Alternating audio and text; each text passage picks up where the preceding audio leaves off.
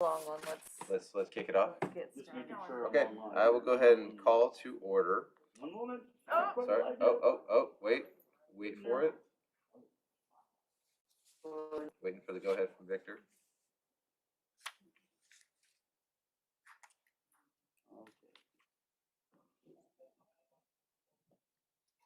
All right, we're gonna start. Sorry about that. No worries.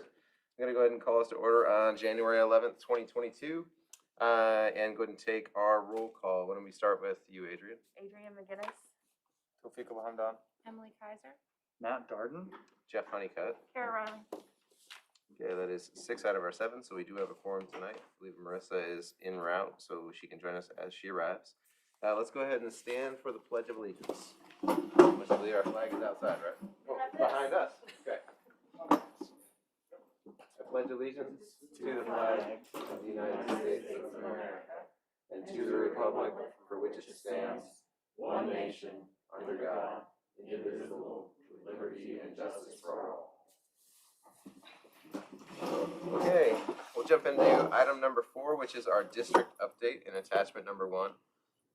Let's see. Dr. Roberts, do you want to walk us through this? I'm going to walk you through my part, and then I believe Aaron is going to present, and Heather's going to present some of their parts. Yep. We have started off tremendously. So when the school resumed on the last week, on the 3rd through the 5th, we did 3 days of professional development at each campus, which was really great. We, the elementary, did some curriculum introduction. We looked at, and Heather will go into detail, we looked at some of our work with our 95% group. We've got some new curriculum in for our K4, our K3, and then we've got the 4, 5, 6 being ordered. We had arts integration training at the high school K-12 here at the Commons, and we also did PLC, professional learning community training at the high school. We've rejoined the Art School Network, which is a fabulous organization, and so I'm excited about that. And when we will work on filing for an exemplar school status, which is kind of our next step into that. And I'll be going through some leadership training in that as well. Aaron will talk about this also, but we met with Dean Shields of the University of Arkansas, and we're working on forwarding our collaborative work with that program, the performing arts. So we've done some great work. Our Crisis Go, our safety management program, we finished some training with that, so we've got that implemented. What's not on this update is we are looking at some of our heating units that were at the elementary school, working on getting those replaced with some,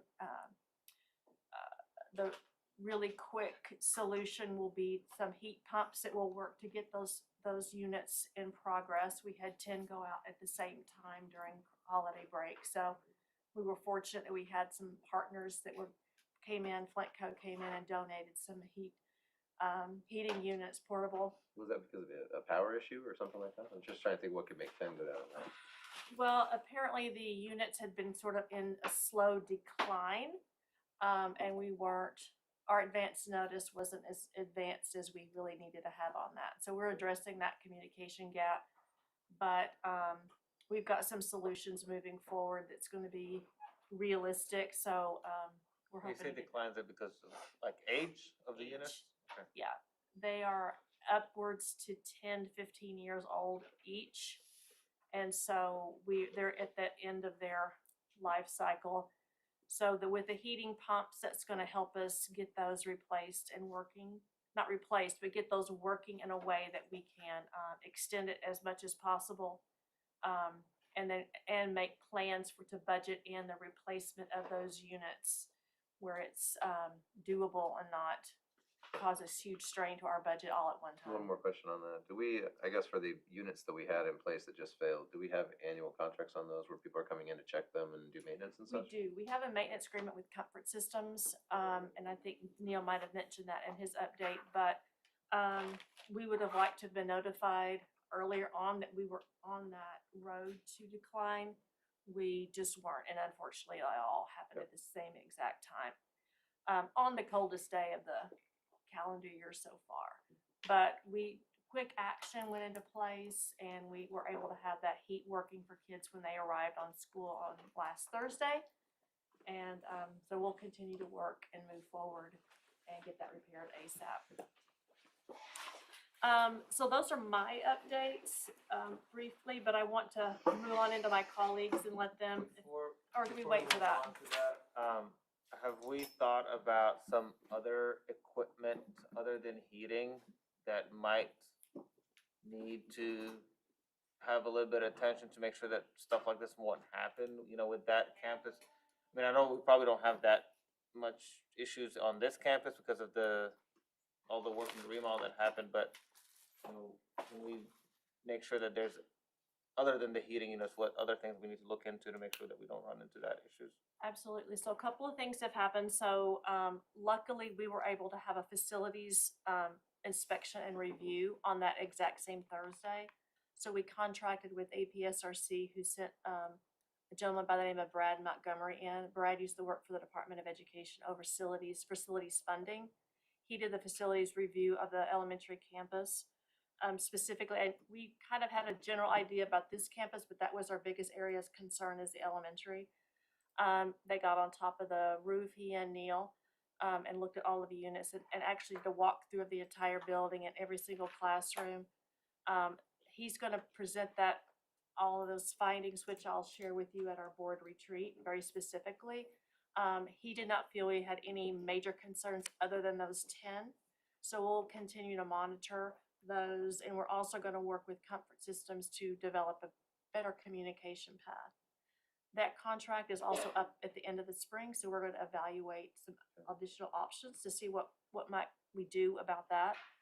I'm also working on getting a timeline for the replacement on each of those units and cost, and so we can look at if that's something that we want to go down and at what point. These heat pumps will give us probably an estimate of 5 years, which will get us to the point where we can begin targeting which ones we need to replace as soon as possible and which ones we can extend. This does not impact the cooling. This is only this particular heat pump. The cooling aspect seems to be okay.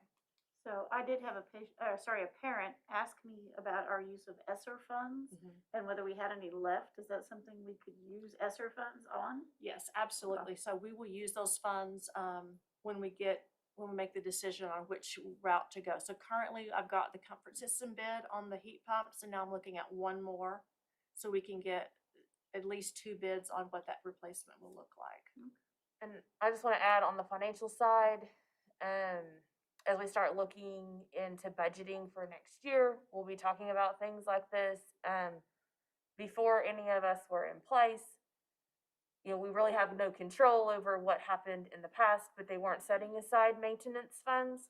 So we're lucky that we can use Esser funds for this, and it's not something that we're not finding ourselves in an emergency situation where we have to pull that money from somewhere else. So we are going to fix the situation, and we're not going to pull that money from somewhere else right now. But as we budget and plan for the future, that's got to be in our plan, and it hasn't been in the past. Just a maintenance reserve. So we'll look at that too at our retreat and when we start budgeting.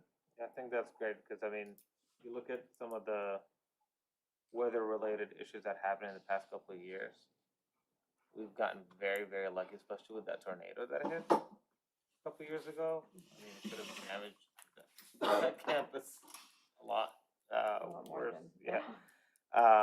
So yeah, it's good to know that we have that fund, and you know, making sure that we have some sort of a emergency type reserve. We haven't had in the past, so yeah. That's awesome. If it's okay with you, I'm going to ask Heather to come up and talk about her section, which is, she's done some great work. Presentation, kind of get it where people can see it. You need to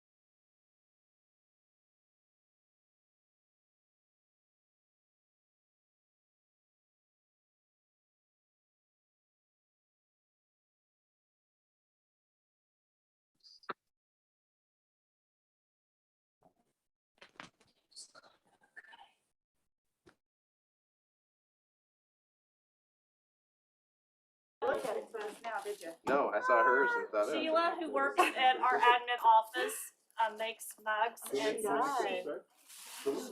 Sheila, right, so she works for Medicaid billing. She made these for you, because we're so grateful for all of your work. If you wanna Sheila. sum up. My wife will still mine. okay, I'm taking a deep breath. My kids will. Where you wanna stand? Yeah, my children will be here. I know, that's how it is. I'll be the sacrificial lamb. There we go. If you're coughing in a few days, you can blame me. All right. 1, 2, I'm smiling. 3. Ooh, can we close that gap just a little? Oh, no, okay, I'm sorry. No, Yeah, no, I'll come up here. I didn't even, no, you're right. We do not close that gap. Right, one more. 1, 2, 3. Look at you all smiling. Thank There we you. go. We smiled with our eyes. Thank you. Sorry, guys, thank you. Just do it in the post edit. Pull us all in closer. Ready, hold it around. I figured with my shoulder. Debbie, can Kara sign these at the end of tonight? Yes. Good deal. Thanks, guys. At least it's an art school. Yeah, So you for don't sure. Sign them now. And it works.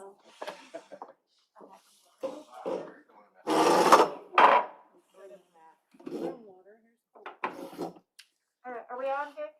Yeah, we're on. I just gotta get Heather's presentation wrapped up. Sorry about that.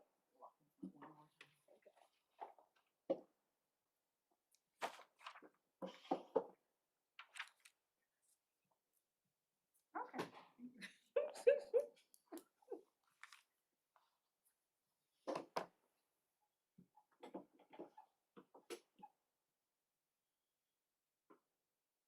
Do have pure alcohol sanitizer if anybody wants. He is prepared. Slide 11. Thank you. Okay.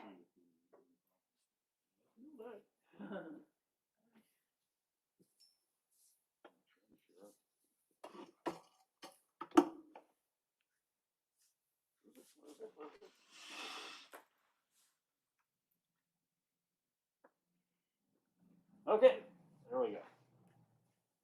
So at the 712 campus, supplemental programs for English language arts, we have Language Live, which is used in the Resource English room. This is from Voyager Sopris, which is the same company that has all the take flight resources that go along with that. So it's not the reading part, it's the comprehension part. But we use that in our resource room to help fill in some gaps and move towards grade level reading and writing with those students. And then Lexia Power Up is the secondary version of Lexia Core 5 that works more on comprehension and building reading fluency for struggling secondary readers. So we move from English into math. Mr. Young and Mr. Skelton chose a K5. You can go to the next slide, Victor. Sorry about that. A K5 core curriculum in Vision Math. It's a fully aligned math curriculum for grades K through 5. It includes both print and digital resources, and it has assessments periodically that lead to specific interventions within the program that teachers can implement. So that was purchased last fall. Teachers were given those products in late November and have already started using them. So in December, I sat down with the team of teachers from kindergarten, first, second, and third grade, and we looked at their new curriculum and planned out in a pacing guide what they were going to cover, keeping in mind where testing dates were and things that we really needed to make sure that students were proficient in before they moved on to the next grade level. So they felt much better walking away from those meetings, knowing what it is that they're going to be doing in their classrooms and how they're going to implement these new curricula. In 6th grade through Algebra 2, we're going to be using illustrative math, which is a fully aligned 6th grade through Algebra 2 curriculum that includes an accelerated pathway for students wishing to take Algebra 1 early. That again is digital and print, and it's designed to help students talk about math. In our math scores, the explanation and justification part is something that students really struggle with. So even if they can solve a problem, they can't explain why that answer is the answer or justify their response. So this curriculum really helps to build those skills. It's currently purchased for grades 6 through 8. I actually called today because I placed the order in mid-December and I hadn't heard anything. And so I was like, hey, where's our order? And we have to order it through a book depository. They were out of materials, so they had to order more from McGraw-Hill. They're expected to get them on Monday, and then they'll ship them to us. But because we have both the digital and print resources, they're going to go ahead and invoice us now so we can access those digital print resources without the books. So that should be in place hopefully by next week. So we have implementation for this spring in grades 6, 7, and 8. And then implementation for Algebra 1 geometry and Algebra 2 is planned for next fall. We have 2 supplemental programs that we use, and this is actually, Musology is actually K-12, but it's used for intervention, and it takes math concepts and sets them to music to help students remember them better. So that's currently used in 7th grade extensively, and we'll expand that into 8th grade and 9th grade next year. And then TransMath is the math version from Voyager Sopris that goes along with Language Live. It's used in our resource classrooms to target gaps in math and help resource students approach grade level work.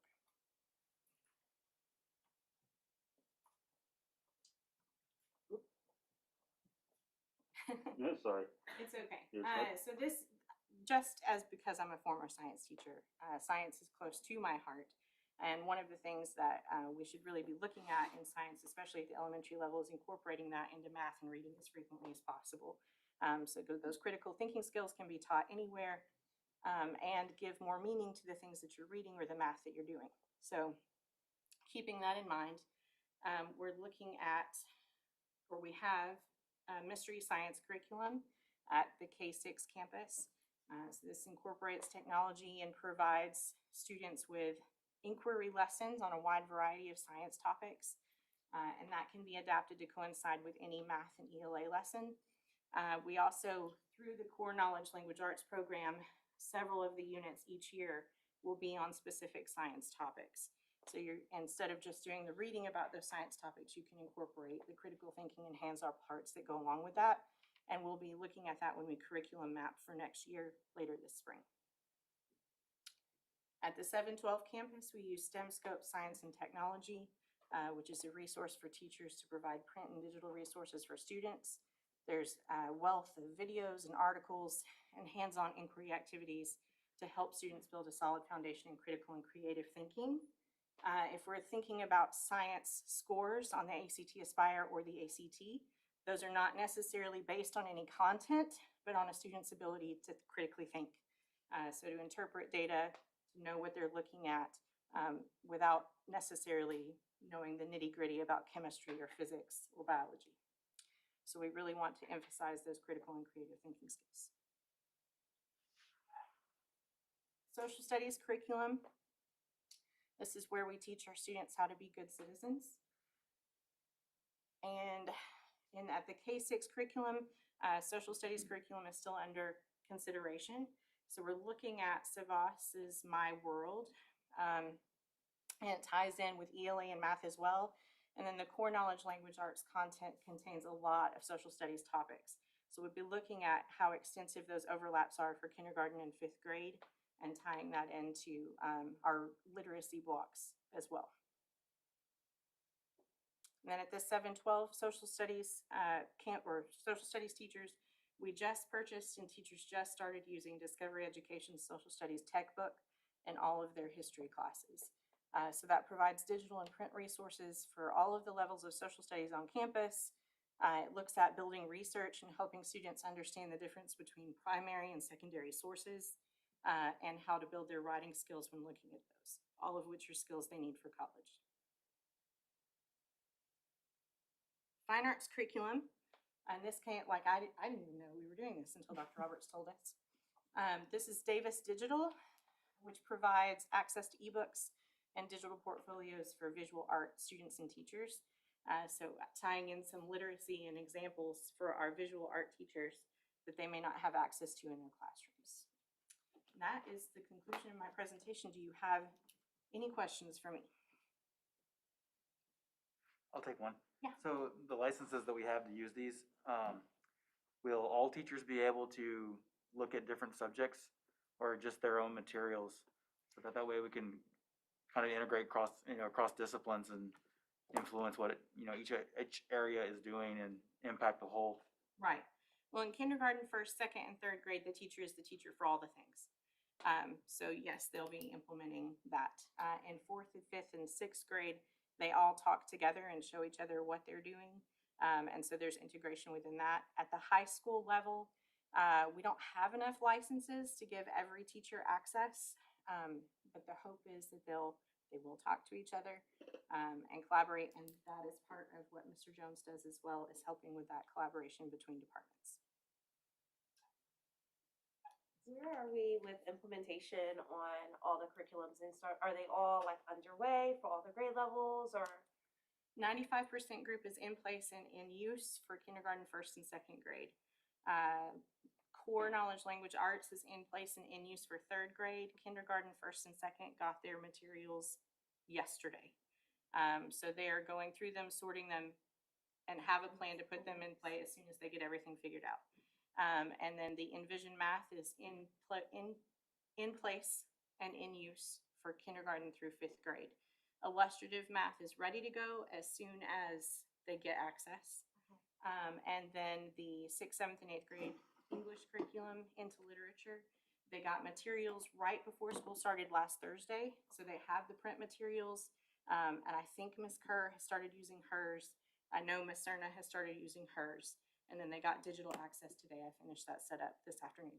Thank you.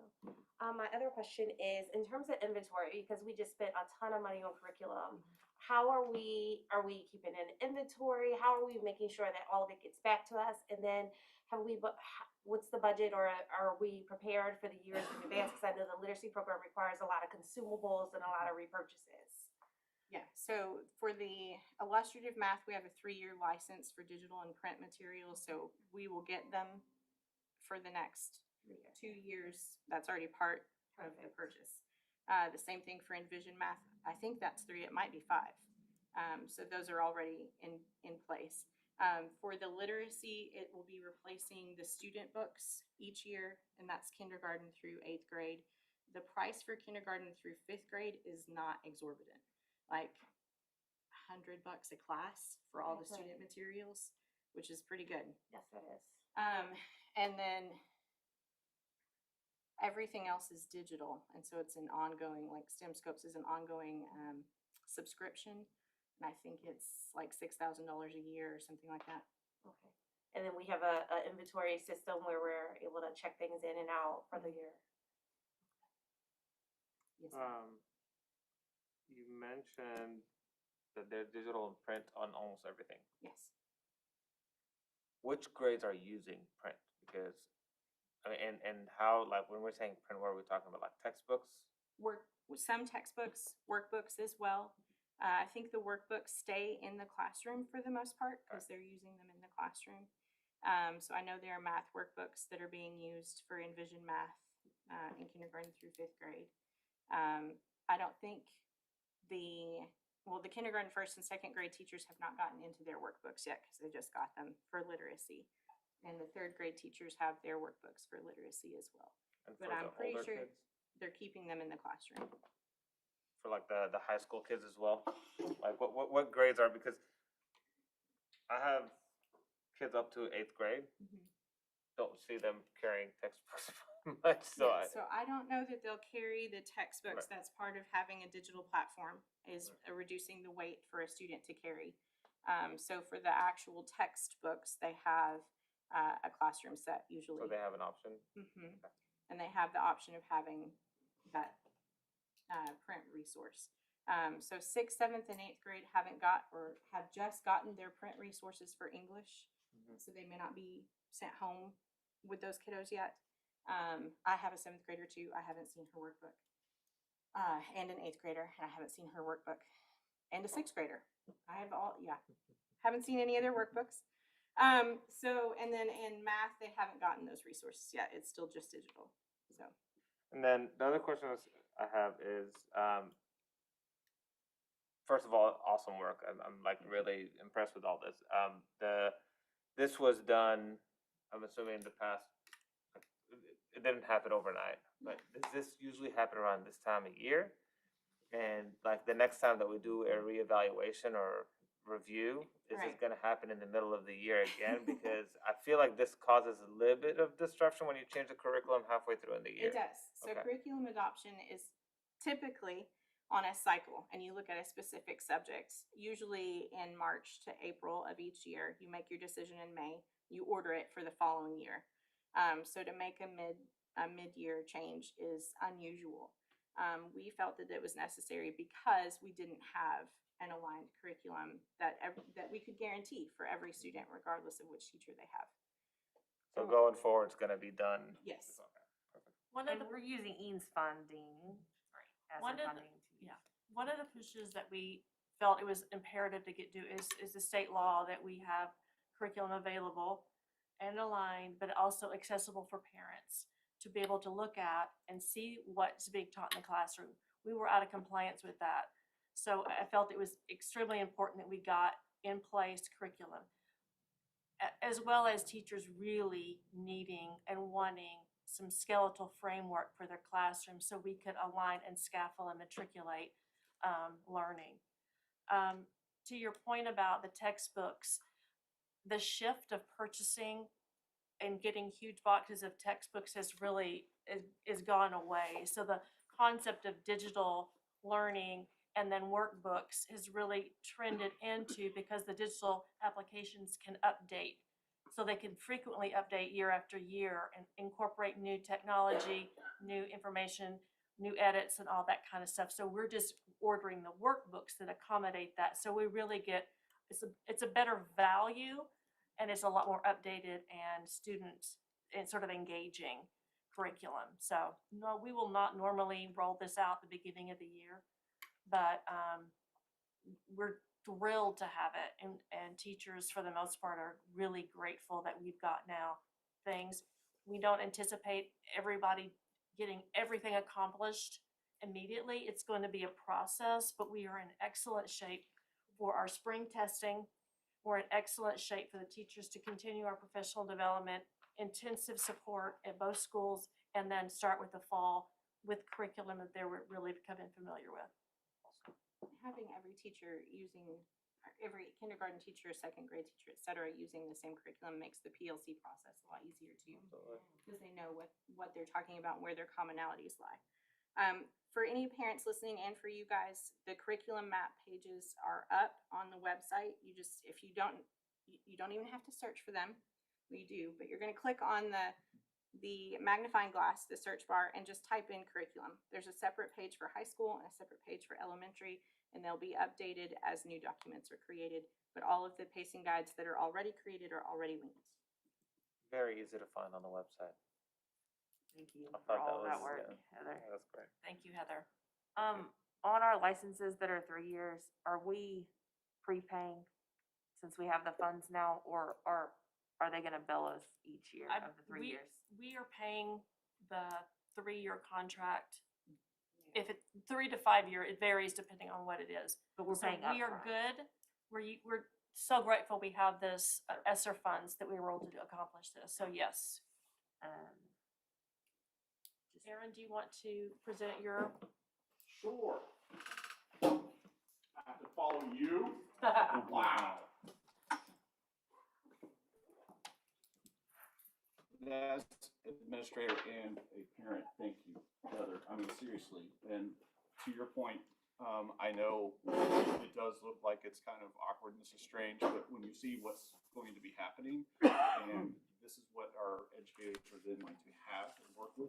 I've been working with Heather for a long time. She is the systems thinker. And to be able to kind of come in and look at all of this from kindergarten through 12th grade, it's just impressive to be around. And I'm so glad that she's here and I get to work with her. And I get like the timing that it happened this time. My comment was more about like whenever we go back to review, we're not, we're doing it at the beginning of the year going forward and all that. Correct. Yeah, And that's been yes, clarified. Perfect. Right. Beautiful. Yeah, you need to change that view because I look like Dr. Appleton from that view. So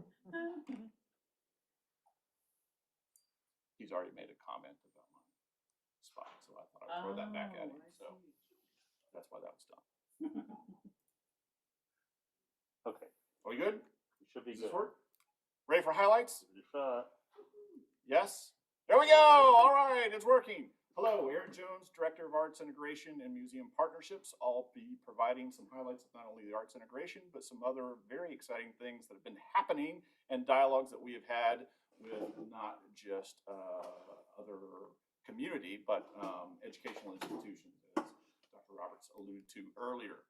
But first, because it has been a while since we've gotten back together, I thought I'd go all the way back and do some quick highlights because we didn't get to highlight and brag about what was going on here. So way back at the beginning of November, we had Arkansas Portfolio Day. For those of you who do not know what that is, this was something that Mary Lay and I started 5 years ago. We actually reached out to the Kansas City Art Institute to see about having a portfolio day. I used to work at Crystal Bridges. I thought it'd be a great marriage. We ended up making it happen, and we had a pretty successful 1 or 2 years. Crystal McWilliams, who is our high school visual arts teacher, jumped on board very enthusiastically and said, yes, we need to do this. I have these kids, and this is what we did. So 5 years, and we have been continuously going, and it has been a big success.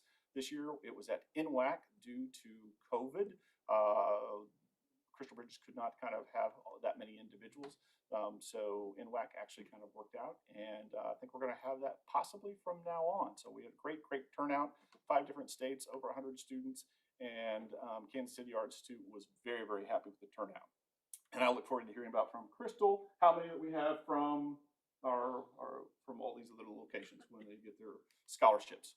This once-a-year event? This is a once-a-year event, yes, and it usually happens around this time period in the fall so that they have a great dialogue to know what school they need to be prepping for. The seniors will need to be on top of this, usually for the juniors, so that they can kind of take advantage. So that was a great turnout, great event. And thank you to all those who came out to the night at the museum. So we were told we weren't going to be able to have it due to COVID, but we did. And many of you came out. We had lots of teacher participation as well as students. It was great to be back into the museum and activate the galleries. We're in dialogue right now for the spring. That will be for our fine arts and performing arts that activate the gallery. So the fall is always for our core teachers to have connections with an object and the curriculum and the students that kind of become curators. This in the spring will be an opportunity for all the performers to go there and make a connection with the art form and perform it. So more to come. I have a meeting next week to talk about those potential dates. The elementary first grade and the high school collaboration. This was amazing and spectacular. So we went to the Museum of Native American History where they were tying in not only history, Arkansas history, history of tribes in the state, but also wanting to make a science connection in percussion, sound, and different types of drum making techniques. And so mentioning this to Dr. Patrick Sallings, he was very excited and said, why can't we get involved? And brought some high school students over for a performance of which they actually talked about several different types of drumming. And then, of course, the first grade not only got to see, hear the performance, they then made their own drum. So it was a pretty spectacular event that happened over there with the elementary. And if you didn't get to see on your way in the displays of those amazing monsters, this is another collaboration. It's another exercise, and we're trying to get all of our teachers together to know one another. And great opportunity for high school to be working with grade school. And so second grade and fashion design with Ms. Kenobi had an opportunity to go over and talk to the kids. They had this story, I Need My Monster. The kids had actually created their own version of their monster. It was acted out. The fashion kids then came back, took those drawings from the elementary and made them. And they are on display in the case as you exit if you didn't get a chance. And those are going to go back to them this semester. So have a chance to kind of take a look at those. My Really daughter's excited. eagerly waiting to get her monster Monster back. back. Oh, it's supposed to be for Christmas. I know. Seen them? Have the kids seen their monsters yet? No, the elementary have not seen them Okay. yet. So it's going to be a Big reveal. I know. She expected to come home with it yesterday, and then she came home. She's like, I did not get some. It's not another day. All right, so we're going to have to speed this up, right? We'll make sure that it happens real quickly. They got to get their monsters. This has been pretty exciting as well. So we had our fourth grade who decided to go to the Museum of Native American History for connection with social studies. And as we were planning this, there is a consortium of Southern museums that got together, and they have put together season 2. I didn't even know about season 1, about Missing from the Museum. So you can see all of the museums that are listed there, from Houston, Arkansas, Texas, well, several others. They all have kind of put this together and have talked about, put together this whole little program on the internet about what's missing from the museum, and it's this kind of things that kids can kind of go into and find these different things. So the Museum of Native American History was going to participate, and it was our kids, our fourth grade, that were actually filmed to be able to part of this. So that is the location. You can actually go to that website right there and actually see and unfold and solve the entire mystery, and some of our kids will be involved with it as well. Very exciting, isn't it? I know. More exciting things. So fourth grade, we have the partnership with Crystal Bridges is the My School, My Museum. Thank you, Mr. Young, for this brilliant idea of what? Are we in the 4th year? We are in the 4th year. So we had this great concept of can we kind of do this? And so we piloted it, and our fourth grade has been doing this all 4 years. And what this is by taking every one of the classes and having a real immersive experience. So we plan with each teacher and have the curriculum connected to either an exhibition, a work of art, and we meet with the museum educators. So this is not a canned tour. This is not an experience that everybody gets. This is, we are going there in the morning and we stay all afternoon. Dr. Roberts had the benefit of going to one of these, two of them already, seeing how this actually works. So with this particular exhibition that happened in November, this was American Waters, and taking some really great language arts as well as social studies. It worked seamlessly. And then we have an opportunity to be in the classrooms there and make very, very strong opportunities. And then we come back to the school and have an arts integration opportunity. That's what you see there. So this was poem. And so they had their own kind of poetry slam going on there, and then came back and did some more.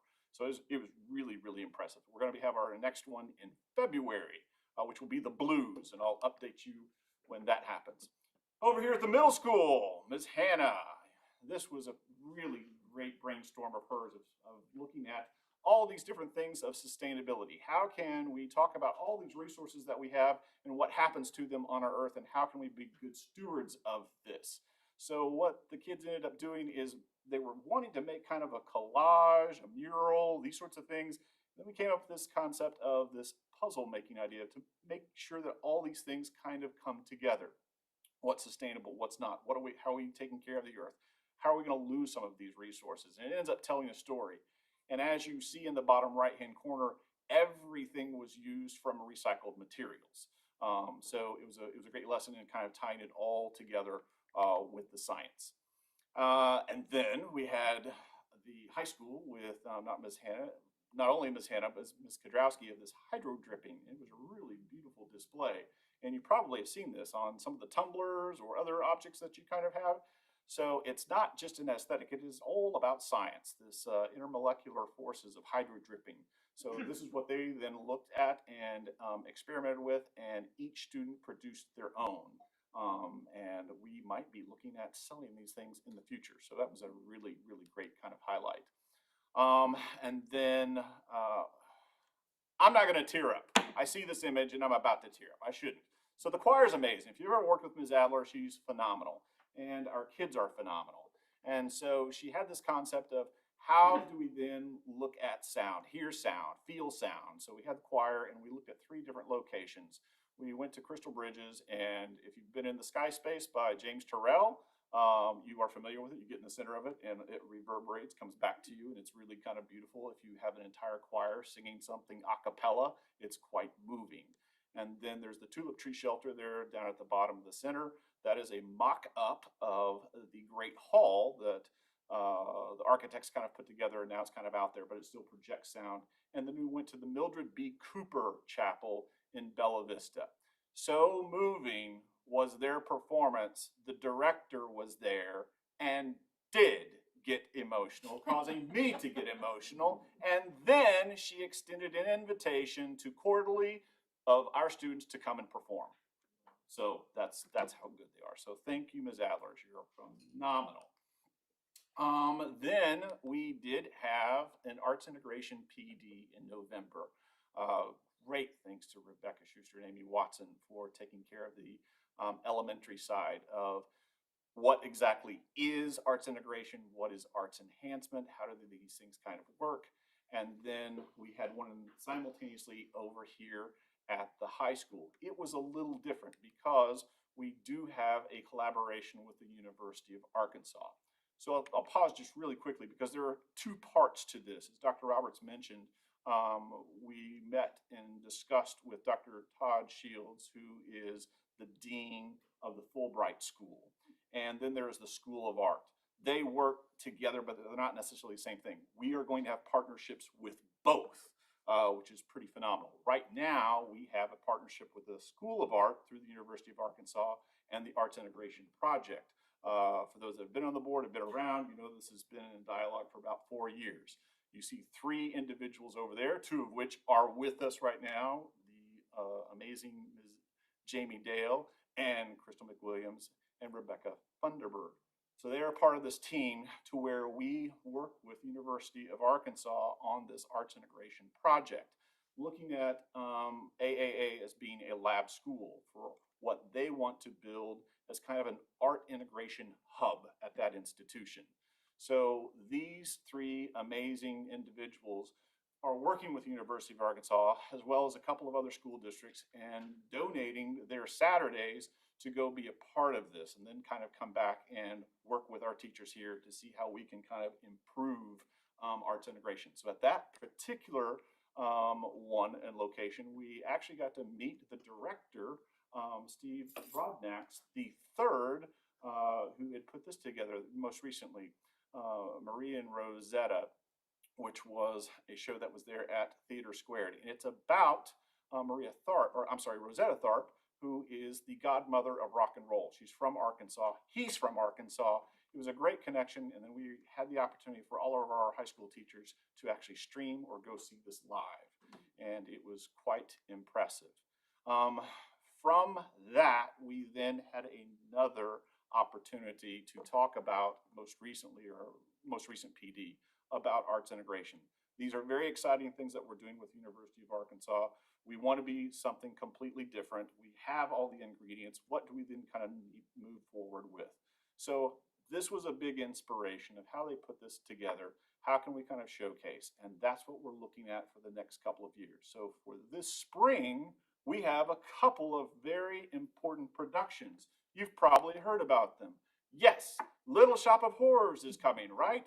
So mark your calendar, go ahead and get ready for it. This is going to be the spring musical. Those are the performance dates. Very much like Get a Clue, you're going to see this amazing collaboration of a lot of performing arts that will come together. But it's also an opportunity for our core teachers to come together. So with these performance dates, are we going to activate the commons here? And how are we going to activate the commons? What are we going to do? I'm so glad you asked. We're going to make a weird science laboratory here to where we have all types of connections with potential AI classes or arts integration class collaborations. And these were just a few that we had talked about. So many opportunities and themes within this musical. You may think that it's just kind of a comedy, but there are lots of things that you can tease out and pull from science to psychology, language arts, graphic design, and a lot of other types of things. These were just kind of a few ideas of kind of what they were talking about. Yes, there are in fact plants that do devour insects. So why do they do that? Well, we're going to find out. You've probably also seen lots of movies and different things about putting plants on other planets. Why is this so popular right now? Is this even possible? All the science and technology is going to be kind of discussing these opportunities. But we need our visual artists to kind of talk about these things and promote the show, the puppetry, as well as a lot of other opportunities. So it's going to be a lot of fun. We're going to have a lot of the families to be able to kind of come out. But most importantly, this is what we want to work towards. We want to be able to know that we have arts kids and we have kinesthetic learners, we have visual learners, we have mathematical learners. And if you can make these connections, in every classroom and be able, you contextualize it. You're firing on all cylinders. And that's what arts integration is. And that's what makes this a little different than what anybody else is kind of doing. You hear these buzzwords about arts integration, but to really kind of do these things to where it makes it all come together for production, very few are doing. And I think it's just going to be very, very exciting. So that will be coming up in April. And of course, again, back to the wonderful Ms. Adler, once she heard this, she talked about her production and Stephen Sondheim. So this is going to be their concert and the inspirations that she's had in her life about lessons learned. This is what she's inspired from. Now, you have another collaboration with all these performing arts, and some of you may be going, Stephen Sondheim. I don't think I know who that is. You probably do. There. So if you have heard about West Side Story, if you had seen any of these, and we're talking more and more and more, there are a ton more than there are here. But this is a crucial individual, and unfortunately we lost this individual just last year. So a great opportunity for these lesson learns. And what Rebecca Adler would like to have is, as the choir is performing, to potentially have teachers collaborate, not just here in the Commons and what we were doing with Little Shop of Horrors, but to have something up on stage with her. When you talk about Sunday afternoon or a Sunday in the Park with George, that's a painting by George Seurat. And all of a sudden, it is all about the invention of the pixel is really what it is. I mean, he was using paint, but that spoke so much to Jake Farmer, our computer teacher. And so we have lots of opportunity to kind of collaborate.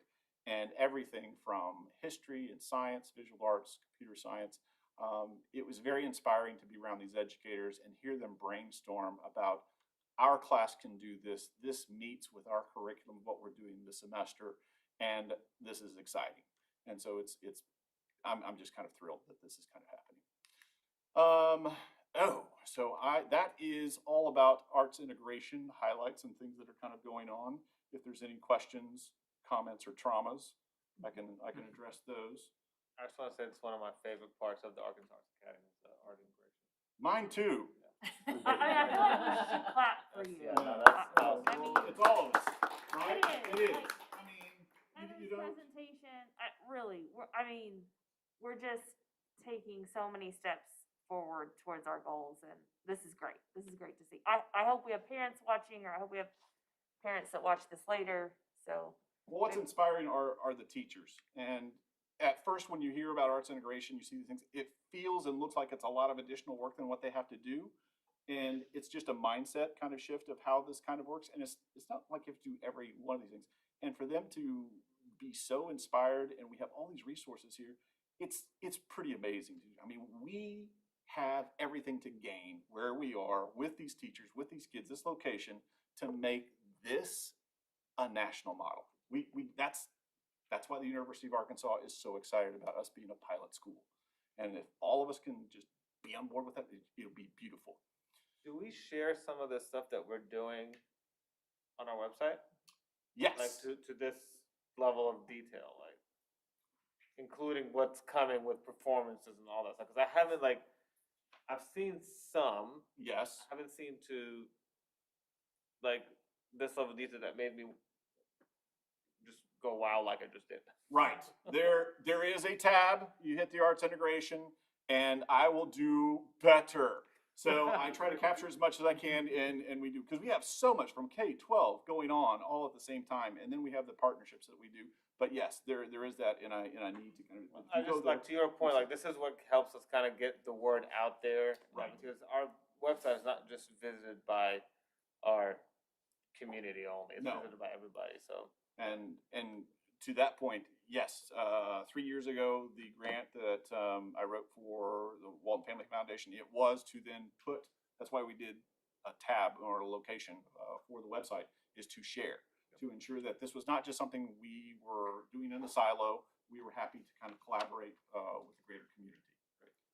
All right, so the next point is we have an amazing student.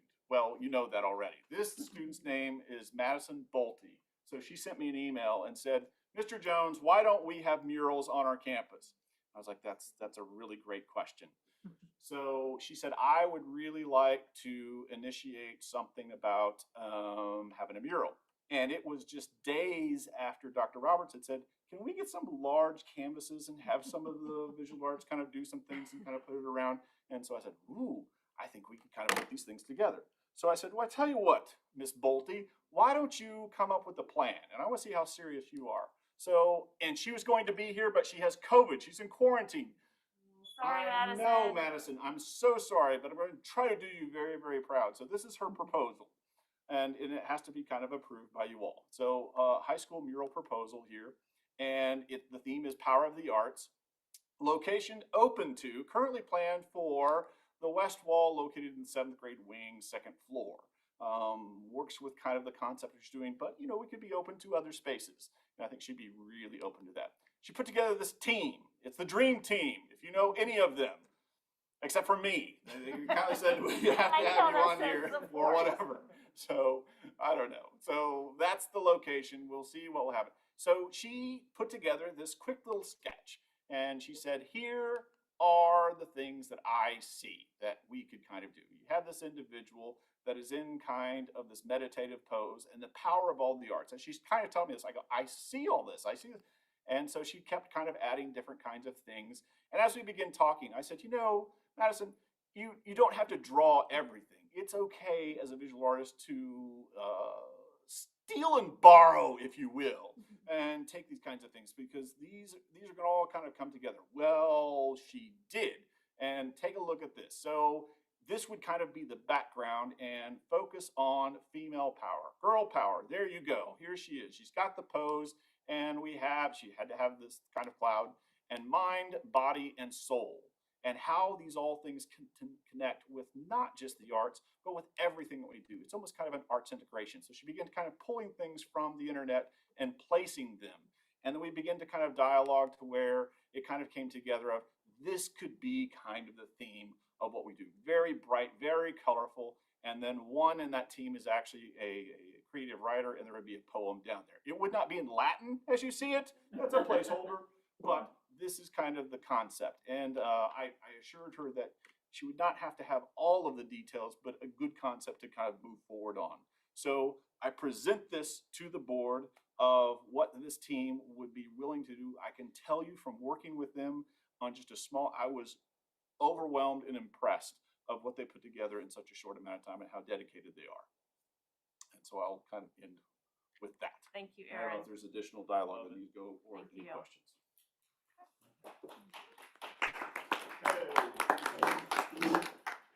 So before we move on, do we need to vote to approve the placement of the mural in that location?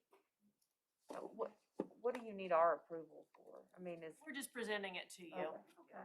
My initial was, is there only one?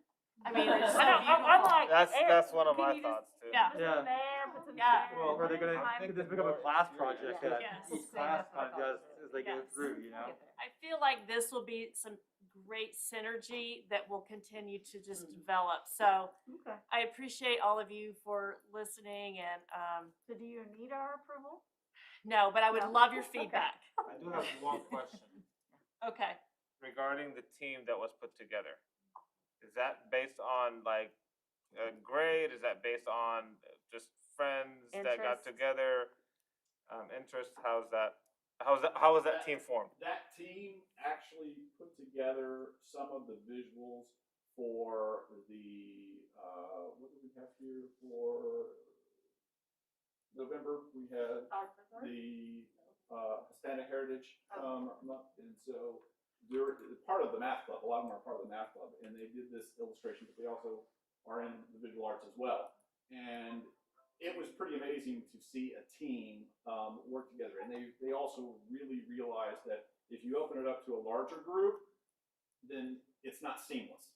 And you really do need and I was impressed with what they did for that event and what they were able to kind of do. So that's the reason for the team, because they all feel like they can kind of work together. I could see the need in the future for the two of you, or you and a team of people, to maybe, this is fine with me, but maybe in the future put together maybe some rubrics or something give them a deadline of, if you wanna come as an individual or you wanna come as 10, doesn't matter to us, present your ideas, right? And then Guidelines. once a year or twice a year, you know, have you met all of the guidelines?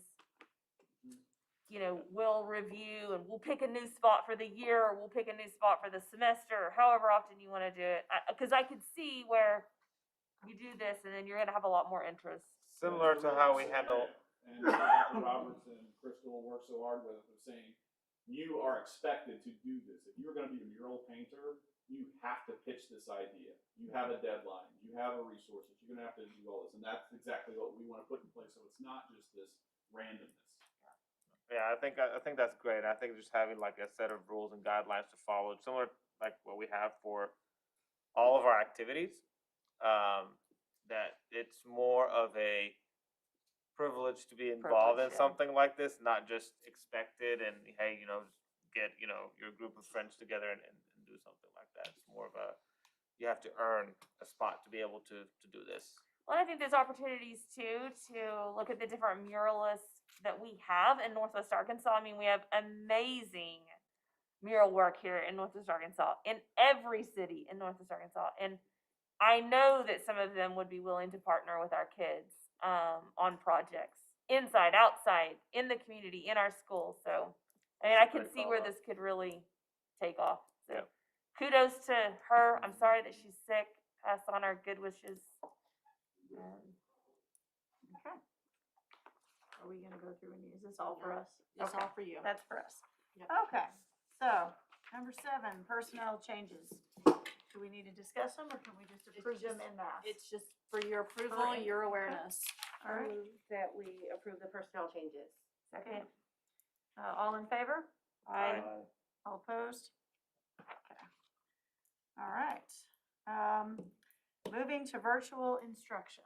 There's Katie.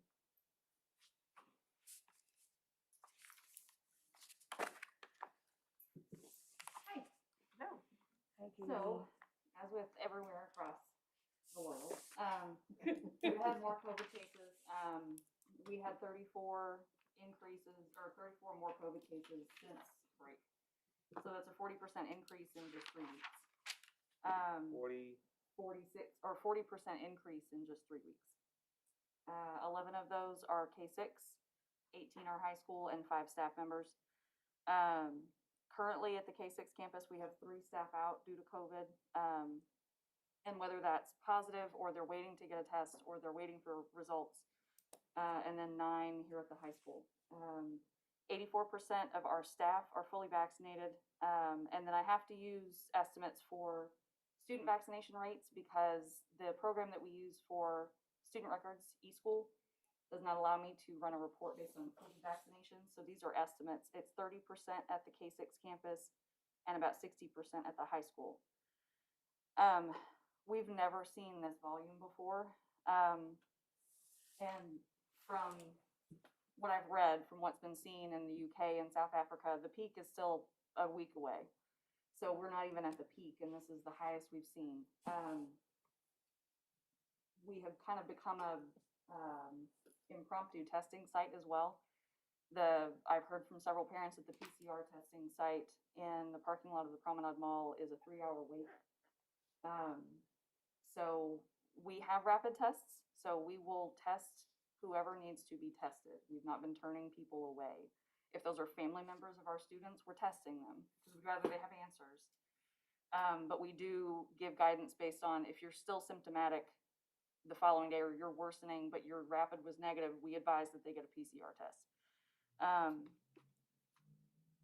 My concern is with the peak still not even here, it's about staff and student health, but also the mental health of our staff if and when staffing shortages occur. Just the staff members are stretched thin, and then it weighs on them. So that's all I have right now.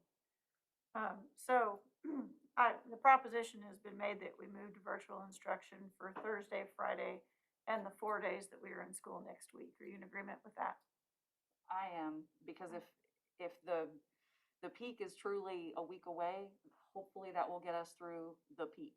Yeah. And then we can return If that ends up being the case, the parents who have signed up for the screening PCR tests, we will move that to probably the Thursday or Friday before we return, so that we know before we come back, those students and what their results would be. So that we're not having kids come back who potentially could be positive. So just on that point, are you gonna just message us as parents and ask us to bring our kids up here? Yes, Okay, yes. okay. So, Are we making a motion yet? Because I'd like to ask some questions. yeah, go ahead. Yeah, There's a lot of questions. yeah, hit us. So, I'm assuming this is all Omicron variant, I don't know, honestly. and are we seeing major symptoms that concern us to the point where, you know, we're talking major illnesses versus cold-like symptoms? Sure. And So- to what degree? Yeah, so the majority of the symptoms are mild. I have spoken with a few parents who, one of the family members in the household is either admitted or on oxygen or was sent home on oxygen. They're more critically ill. My concern is the mental health of our students, because they're watching their parent and their caregiver go through a severe illness. So the majority of the symptoms in our students are mild. We have had a few more severe symptoms in our adults. Katie, I was trying to write as you were talking. I'm so sorry. Can you go over again, I think, just what we're seeing across Northwest Arkansas, definitely the uptake, but the staffing shortage is just something that we have no answers for. How many staff do we currently have out? 3 at the K-6 campus and 9 here at the high school campus. As of today. As of today, yes. Are those Right. out due to quarantine guidelines, or are they out because they're just, you know, not feeling good, or They have combination? either tested positive, or they're in quarantine, or they're waiting for test results. So they're out at least 5 days.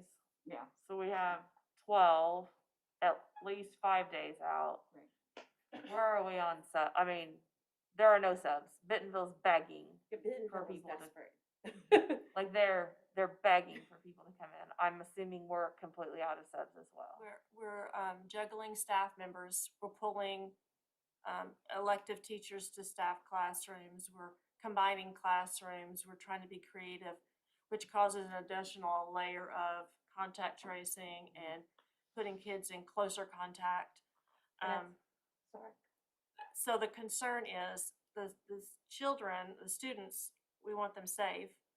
We have to have staffing to run the schools, and so it's a really, Yeah. we're hitting a crux where we have to do something to alleviate a little bit of pressure. Of the staff, how many are teachers versus admin? All of them, right? We have One that is admin. currently one admin and the rest are classroom teachers. Can you talk about some of the, I saw a couple of emails that went out to the school and parents and all that. Can you talk about some of the protocols that are coming back that you were putting in place? Just kind of give us a quick update of some of the new or not necessarily new, the protocols that we're bringing back for The quarantine. the quarantining and the COVID, like how the masks and all these different things that we're doing at the school. So, when at our last meeting, we decided to keep the mask mandate until this meeting, which in that time, we're now, the mandate option is available within the state. We have kept the mask mandate and will continue to keep that for as long as possible.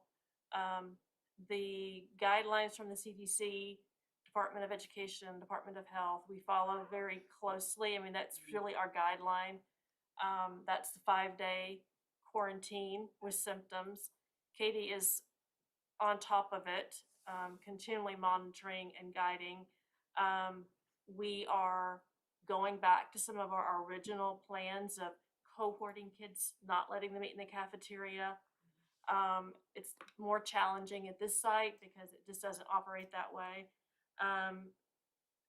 getting it, you know, we're looking at class lists, seating lists, all those things that will help facilitate recognizing who's in close proximity, who we need to reach out to. What am I forgetting, Katie?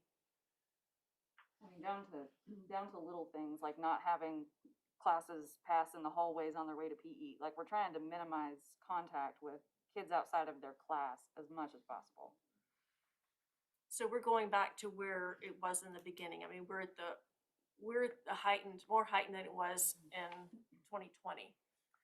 But the emergency issue right now, I mean, definitely this is spreading, definitely, I mean, we're seeing it, a 40% in 3 weeks. We don't have staff Correct. to provide proper care for these kids. Like, Yes. that's what we're talking about the next 6 class days. Yes. Well, and I'm gonna say something about that, because the CDC recommendation is actually for asymptomatic people who quarantine for 5 days. The vast majority of people are not completely asymptomatic. So if you're still sick at the end of day 5, you're not coming back. Right, that 5 days doesn't count, That right? five, The 5 right, days starts. it's But 5 who's- days without, you know, if you have no symptoms, it's 5 days. The problem that we have with that is that, and I've heard it unfortunately from parents doing that, is I don't have time to sit down and deal with my kid being at home. If you just have the sniffles, you still have the sniffles, just go to school. Right. And this is happening, and this is like it's going to continue to happen because there's nobody's kind of holding that, like there's not that level of accountability. It's not I should take that back. Not accountability. Maybe like parents cannot afford to stay at home because kids are having to quarantine. Like it's just we saw that. That's part of what happened in 2020. It's a big issue. So like to me, that 5-day is not. I get it's the CDC. I don't think everybody's following it. Well, they're not, and I take issue. I think people are also using the 5 days as an excuse to come back sooner than they should. That's exactly what I was trying to get. Absolutely occurring. So, you know, when the concept of basically doing Thursday until through the 10 days essentially, to me, that would hopefully break the cycle, and get us through the peak at least get us back to where we have teachers. That would be the goal. The other thing that's occurring is we are now about to hit the point where we don't have hospital beds again. Mercy and Washington Regional are there. I don't know what happens at Northwest. Nobody has antibodies. We found the oral drug at one pharmacy in Van Buren. Nowhere in Northwest Arkansas. So there's no treatment right now. So even if our kids are getting mildly ill, even if our teachers are getting mildly ill, the people that they come into contact with are probably we're going to lose some people, so I would support doing the virtual to kind of break the cycle. I know it's hard on people. It sucks. It's not like it's the first time. It hopefully would be the last, but probably not. Are there any ways so say I have a junior here and an 8th grader here. My elementary school children are in Benton Middle Schools. I have a 10-year-old and a 5-year-old. My junior and 8th graders' ability to in-home virtual learn is much, much greater than my little kids. Has there been any thought given for the staffing issues, if we had to close a campus down, only close one of the campuses down, such as the high school or the 7 through 12 campus, Right. and move those bodies to the elementary school to keep that facility open so that those kids could still come in and I mean, like, attend school? yeah, I was thinking more along the lines of a kind of a hybrid optional type virtual. I mean, just going fully virtual. In the middle of again another year, it's not gonna be good for the kids. From an academia perspective, and don't get me wrong, you guys heard me talk about this last month. I take this virus very seriously and the health of everybody. But you send everybody virtual, that's not, in my mind, it's not gonna help. People are gonna running around in the stores with no masks. People are like, they're not taking this seriously. This is why we are back to where we are today. Sending everybody home and say, don't come to school is not gonna do any good. So what can we do to help with that, but at the same time, continue to give our kids and our teachers a safe area to work and get educated? So As I, part of this, can we first talk about what is the plan? Like, if you're saying let's go virtual, what are we talking about? Cause we're only talking about 6 days. yeah, And so, we are talking about teaching, not closing, although, I mean, maybe, I'm just assuming. Are we talking about closing and pulling those days somewhere else, or? and I'm glad you brought that up. Let's talk about that So first. that's a and then- very good point. So, okay, so ideally, we don't have to pivot both schools at the same time. They both run their own. But the reality is, if we pivot, we have to use what's called an AMI day. So an AMI is alternative measures of instruction. So different methodologies of teaching. That's what used to be called snow days, but now we don't have snow days because teachers are, principals are required to have teachers develop lesson plans. So if we have to have any kind of a acclimate weather day, they can use those plans and we can still count them as instructional days. We don't tack them on at the end of the year. So for us to pivot in any way, teachers are still responsible for their classes. So our AMI plans include check-ins, Google Meet check-ins. They include teachers interacting with kids in their Google Suites, whatever that looks like. So we can still count it as an instructional day. With that in mind, there's no way to pull high school teachers, for example, to cover elementary or vice versa, because they still have their same caseloads.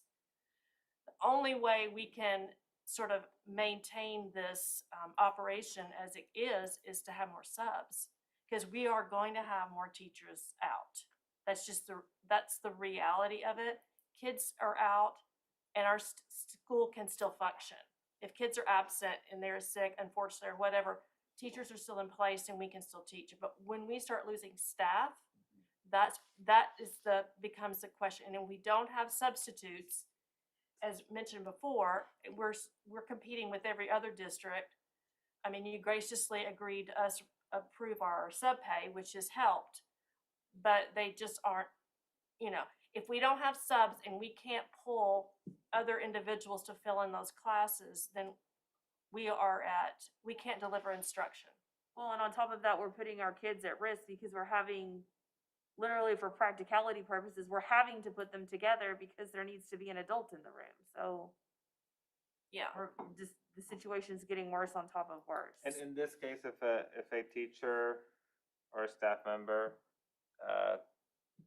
gets sick, they're still gonna teach virtually. So I mean, Well- if they get sick, they get sick. The way that they're gonna take a sick day. It's a little bit easier if we had to jump in and assist teachers. It's a little bit easier to do that virtually than it would be physically in the room. So again, it's not ideal. By no means are we advocating this is the perfect situation or even a great solution, but we are at a point where we've got to make some decisions on at what point do we begin looking at this realistically. And I think we're just in a terrible situation. Yeah. Nobody's saying this is a great situation, but yes. we can't Which is keep why going. all It's the gonna other get districts are worse. doing something similar, because they're all at this junction. This will not be the only time where we have this conversation through this next semester. Carol, what are your thoughts on mean, 6 days? Are 6 days gonna be enough? Well, Is that the proposal? The proposal is, I was looking at my calendar, today is the 11th, correct? Yeah, so it would be the 13th through the 21st, coming back on the 24th. And they were out on Monday anyway, They're out on Monday anyway for Martin Luther King. and they'll still be out on Monday.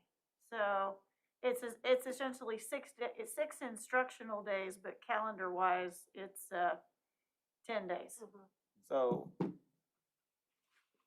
what happens if we come back and didn't move the needle or it got worse? Like, Yeah, we well- need to prepare ourselves right now So item of what's the, Item 13E is so that we can have school board meetings virtually. So we would just have to have another school board meeting, and we would have to approve to go virtual for an additional period of time. If we don't have teachers, we don't have teachers, and I mean- that's all. do we have adequate plans in place for teachers for the school to go virtual? Yes. So I've been working with the administrators the past 2 days. Katie and I have been in conversation. This is not, ideal, but it's not something we are not prepared for. The principals have developed plans based on our submission of our AMI Day plan, which was approved by the Department of Education. So all schools were required to review their AMI plans based on COVID in August and submit it to the Department of Ed, which was very clear on how we would handle this type of situation, in addition to natural weather-related issues. So the plan is in place at both campuses on what that would look like. May I Is ask, our- is this plan the plan we voted on back in August where like reading will be done a certain way? Like we voted on a plan. I think, I wanna see your first meeting here with us. That I think Mr. Young had prepared. Is this the plan that we're referring to? We submitted a plan, there was We a did plan that was review that submitted in plan. August. The Department of Ed sent that back to me Okay, and said we need more specifics. okay. So I worked on, in consultation with some others, the details it would get us to what they would approve, which was really about how do you how do you get eyes on kids during the day? How do you get assignments? How do you make it instructionally sound? How do you get services to kids if they need it? All of those so we have that plan in place and the principals are prepared to implement that plan. Is our food service prepared to get our kids Yes. their meals? Yes. We would replicate the process from what I understood that happened last year with the meal pickup at the high school. Principals are ready to send out surveys on who needs hotspots, who needs meals, all those kind of things. The hope is that we can get this over and we get back and we get teachers healthy and we get in a place where we can develop more traction moving forward. And honestly, I don't know what else we could do. We need people to start taking this thing seriously. We really need people to start taking this thing seriously. Yes. Emily? Yes, ma'am. What are your thoughts? You usually have a different perspective. I always like to hear Well, what you have to say. I would like to revisit Matt's idea because my seventh grader is 13 years old. He stays home alone. I hope that's okay. We do it all the time. And so for two working parents, your high schooler or your 7th through 12th grader can stay home alone and do their work virtually. Your K through 6th grader can't. So I feel like if we're taking into account every aspect of this, mentally and physical health, and just, from the perspective of, I'm blessed to, I know that I could go home and stay with my kids if they all were home. Not everybody can do that. And it's crippling sometimes to a family to have to do that. People aren't getting,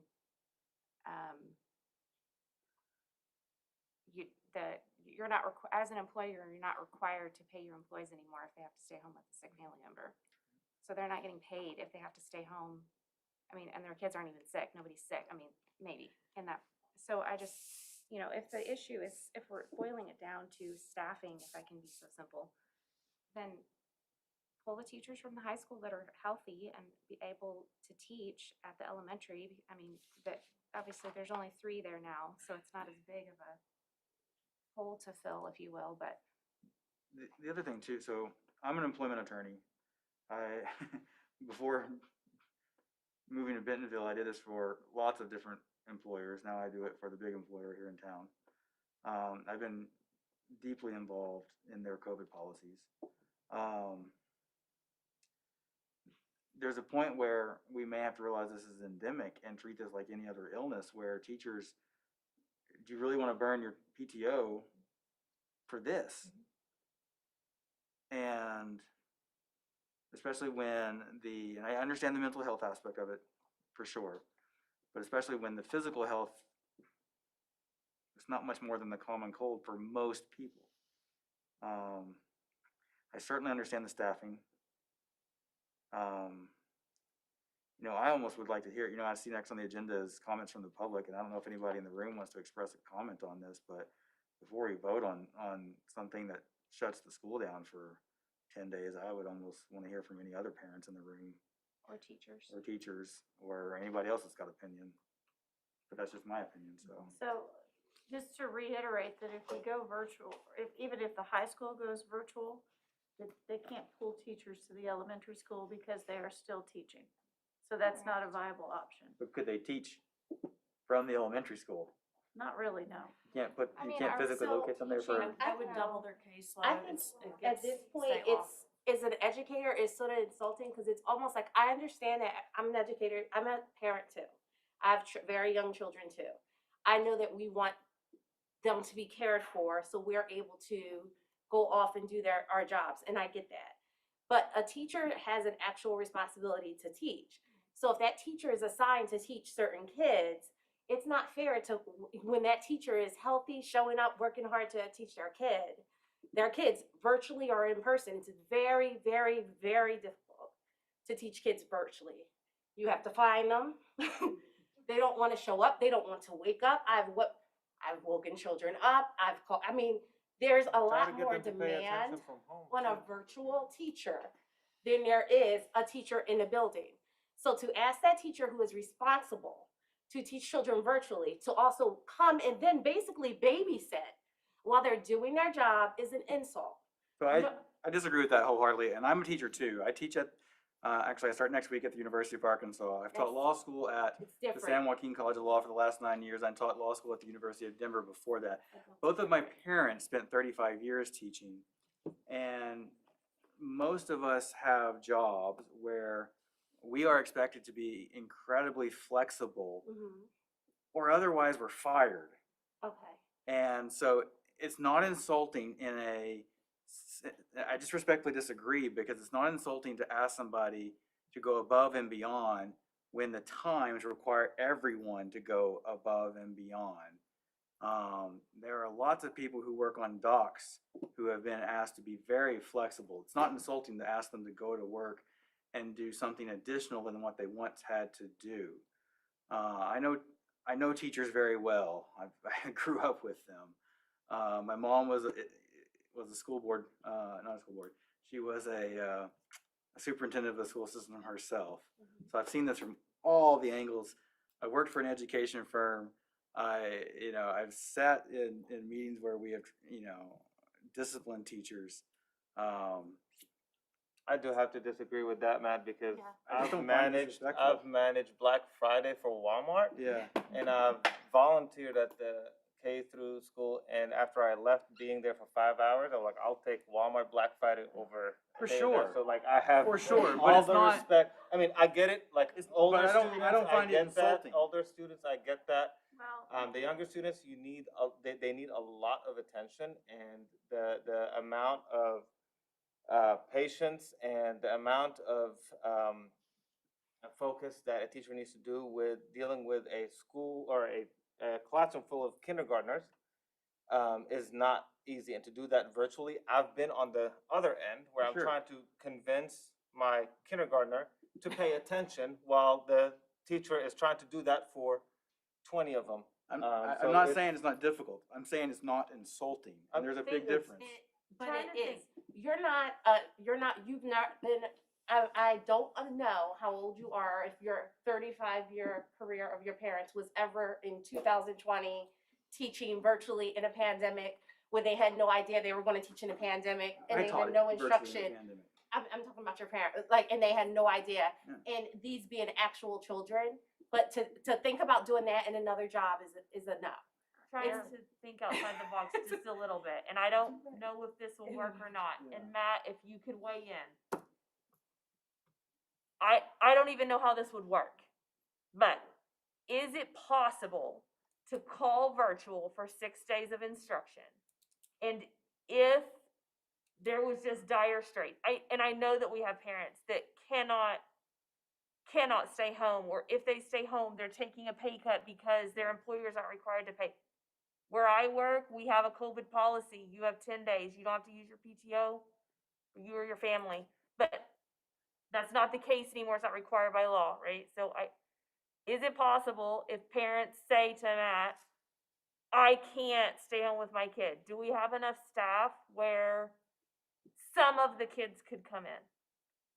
Now, is that gonna be, like, how are you gonna manage that, right? And like, is that gonna be all of your kids say, my kid has to come in? But I'm just trying to think outside the box. Is there a way As am I. to do this where if we had somebody that just absolutely could not make this happen, we would have the staff to have a couple of classes?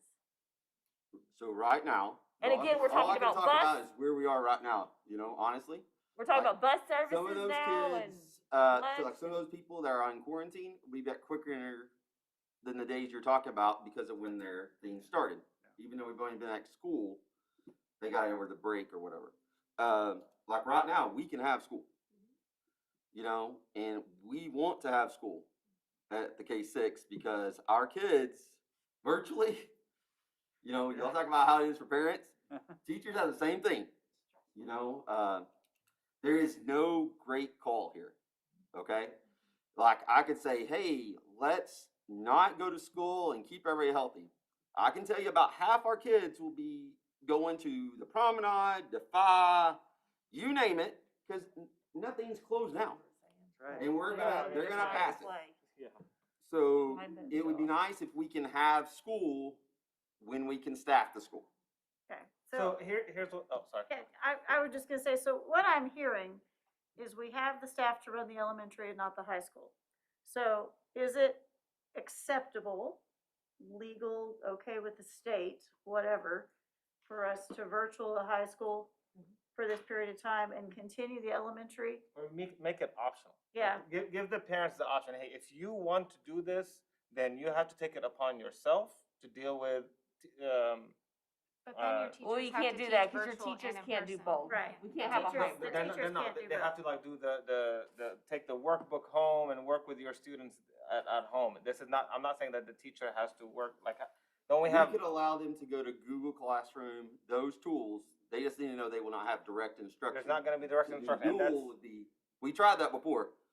Wow, No, we're not I'm doing shocked our hybrid. teachers are still living. Do- We yeah, are doing blessed. both, yeah. They're Doing not, both they're is still not- here. No, I'm saying like the parents, or, take, like, if you decide you want your, Yeah, we your could not child. count the attendance against them as long as they do their work. And even if we do have to shut down next week, like the 2 days this week, I mean, and I'm really more concerned about the elementary kids, because you're right, like the 7 through 12 kids can legally stay at home if a parent isn't present. It's more about they can actually sit down and do their, Right. like, nobody has to sit on top of their head, say, hey, do your. And so telling parents that starting Thursday, your kids are all coming home, that's gonna be tough on a lot of parents for elementary school.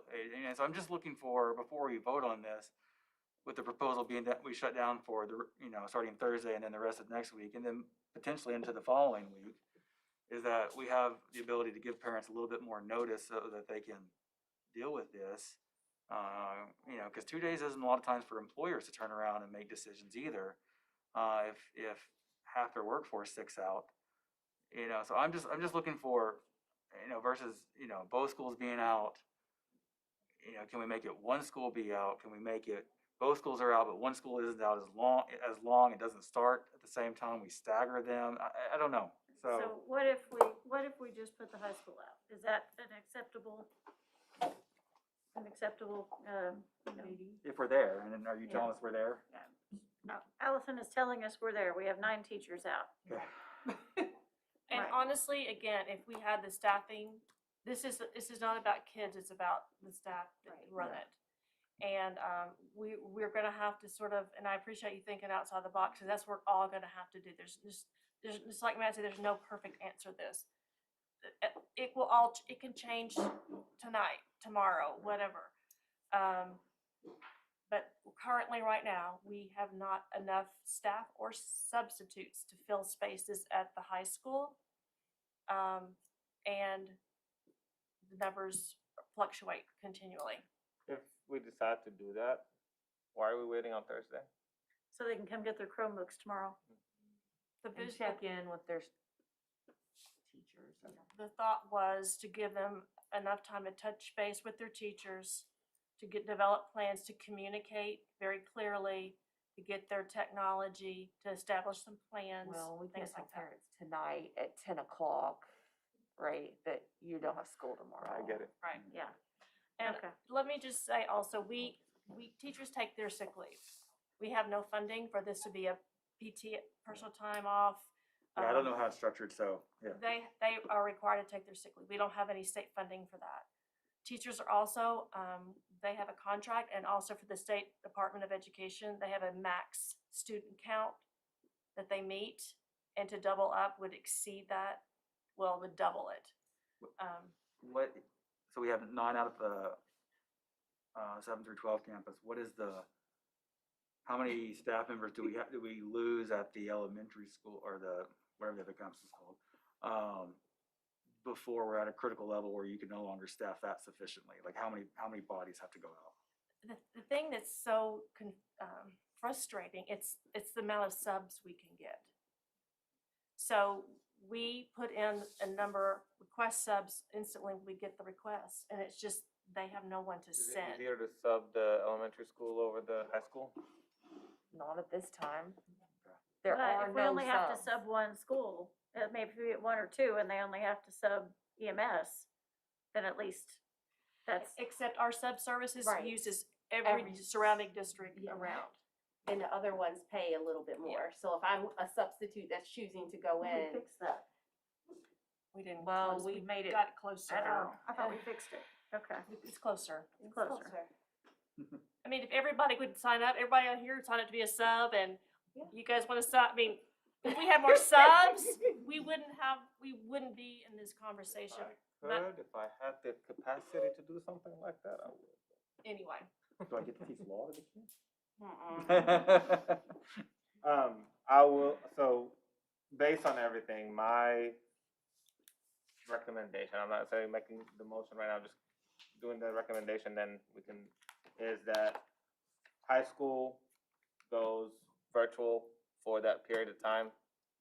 Elementary stays the same with the option to go for parents, if they decide that they want their students to go virtual, that their attendance will not count against that, with the understanding that they will have to turn in whatever assignments that are assigned to them through Google Classroom, if that is possible. Is that possible to implement in the next couple of days? The key is we just want to make sure the parents understand and choose that option. That, There's no instruction. yeah, there's not. Not hybrid. Yeah. No teacher assistant. We just want to make sure people know, I guess there's 2 options. We actually do have a virtual option, which is on Lincoln Learning, and that is like a long-term change. For people that are choosing to be out, let's say if it's whatever amount of days the high school is closed, they would be they would be choosing to keep their kid at home. And if they did the work that's assigned in Google Classroom or in Class Dojo, and I'm going to look at Ms. Welch, Ms. Lamp, whatever other outlets you would show that information. Is there anything I'm missing there? Seesaw.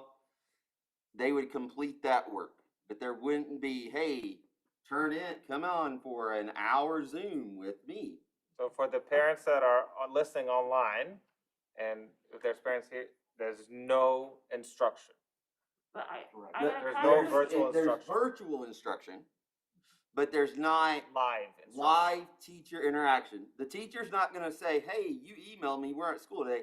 Forget you. I don't even think that. But there's not going to be like what the high school is going to have, like, here's a 45-minute. There's not going to be a teacher on the screen. Right, Yeah. no teacher on the screen. I'm It's not trying to almost put like when you on you're the sick. spot and kind of put you guys on the spot. You don't have to answer. It seems like we're opening up a whole can of worms if we do it this way. Like leaving it up to the, like, Yep. this is going to be a bookkeeping nightmare. Right, it is. Like, It is. I get that the reason we would do it is because we have some we have families with both, I get it, but it seems like if we're just throwing this extra option out there, we're causing a whole, okay, I'm seeing Thank you for that lots of call out. headaches. Stressful for educators. Very stressful. Yes, please. Yeah, Yes, yeah. please. Just come up to the, Yes, please. I mean, I'm wondering, like, Ms. Lance, Ms. Welch, Sorry what for are the the first day odds I that caused you're gonna such chaos, have kids but- do nothing, and then they're gonna come back and they're A gonna be lot. a week behind? Right, they're gonna be way behind. introduce yourself. Hello, I am Patricia Morera. I am the 8th grade health and science teacher. I have been talking about Omicron to my students a whole lot.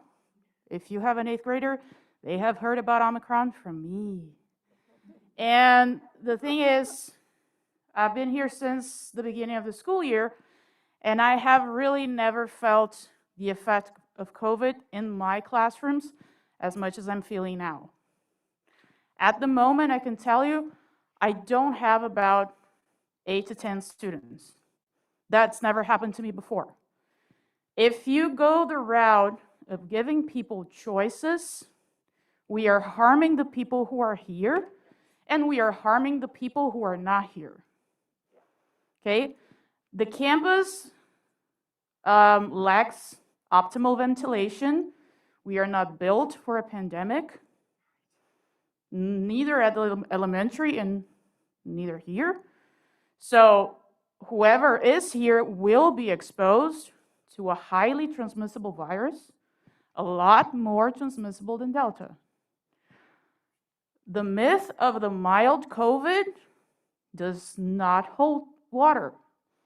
You can still risk long COVID. You can still risk hospitalizations. Not all of our kids are vaccinated. We don't require them to be. So you are exposing the people who are here, regardless of how many people there are here. And if you give choice, that is a nightmare for attendance. That is a nightmare for keeping up with the content. We are going to lose these kids out of sight. Please do not do this. We either go virtual or we stay here, but we do it as a group. I understand, as a parent myself, we all have our difficulties. We all have jobs. We all have circumstances of our lives. This is not convenient for anybody. But we cannot start inviting third choices, fourth choices, fifth choices, because that will dilute our pool of students, and we are not going to be able to be caught up on everything. It's not possible. Thank you. If you guys will be okay, thank you. We have a digital learning plan which we filed, which is kids that chose to stay virtual. They made that decision at the beginning of the year, and it's a commitment. And that's through Lincoln Learning, which was what we referenced. And that's a digital LMS. We have either or. So kids are either coming or they're on digital learning.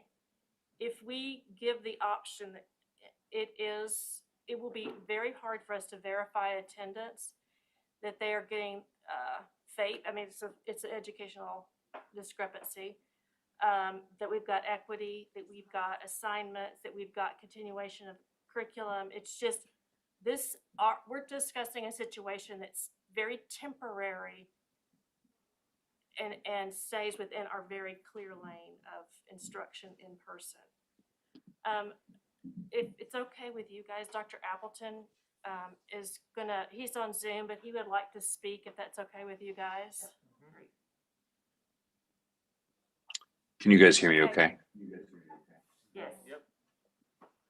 First of all, thank you for the opportunity to speak. And I speak from a unique perspective of being in a district in the past that has tried to do this virtual, hybrid, and on campus. And I just want you to know that as families process this, that virtual option becomes that hybrid option becomes very colluded.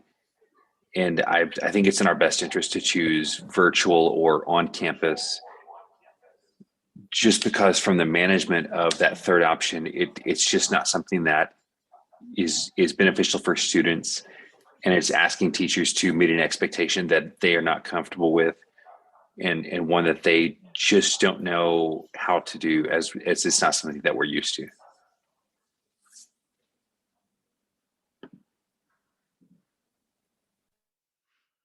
I would like to propose that we go ahead and have comments from the public before we vote on this option. We do have one person online. Amy Gillespie. Do you guys have any more questions for Brian before we disconnect? Thank you, Brian. Thank you. Go ahead, Amy.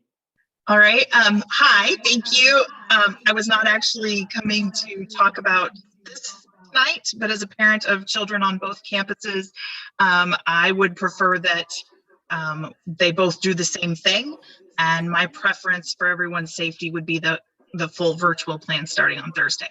But my original topic was to talk to you about school safety. And I am a parent and I'm a substitute teacher, and I will be there tomorrow. I was on campus during the false alarm lockdown on December 3rd and on December 17th, when schools everywhere were on edge because of a threat of a TikTok for school violence nationwide. So I'm also speaking tonight in my capacity as the volunteer chapter leader for Arkansas Moms Demand Action, which is a nonpartisan nonprofit organization dedicated to ending gun violence, with over 6 million volunteers nationwide, including many parents in our school district. Arkansas has the 6th highest rate of gun ownership in the country, so it's safe to assume that as many as half or more of our families own guns. We know children who bring guns to school get them from adults who leave them unsecured, but we can do something about this. Although Arkansas has no law requiring safe storage of firearms, school districts can resolve to send home safe storage information. I've prepared a draft resolution, and I will email it to you in your entirety.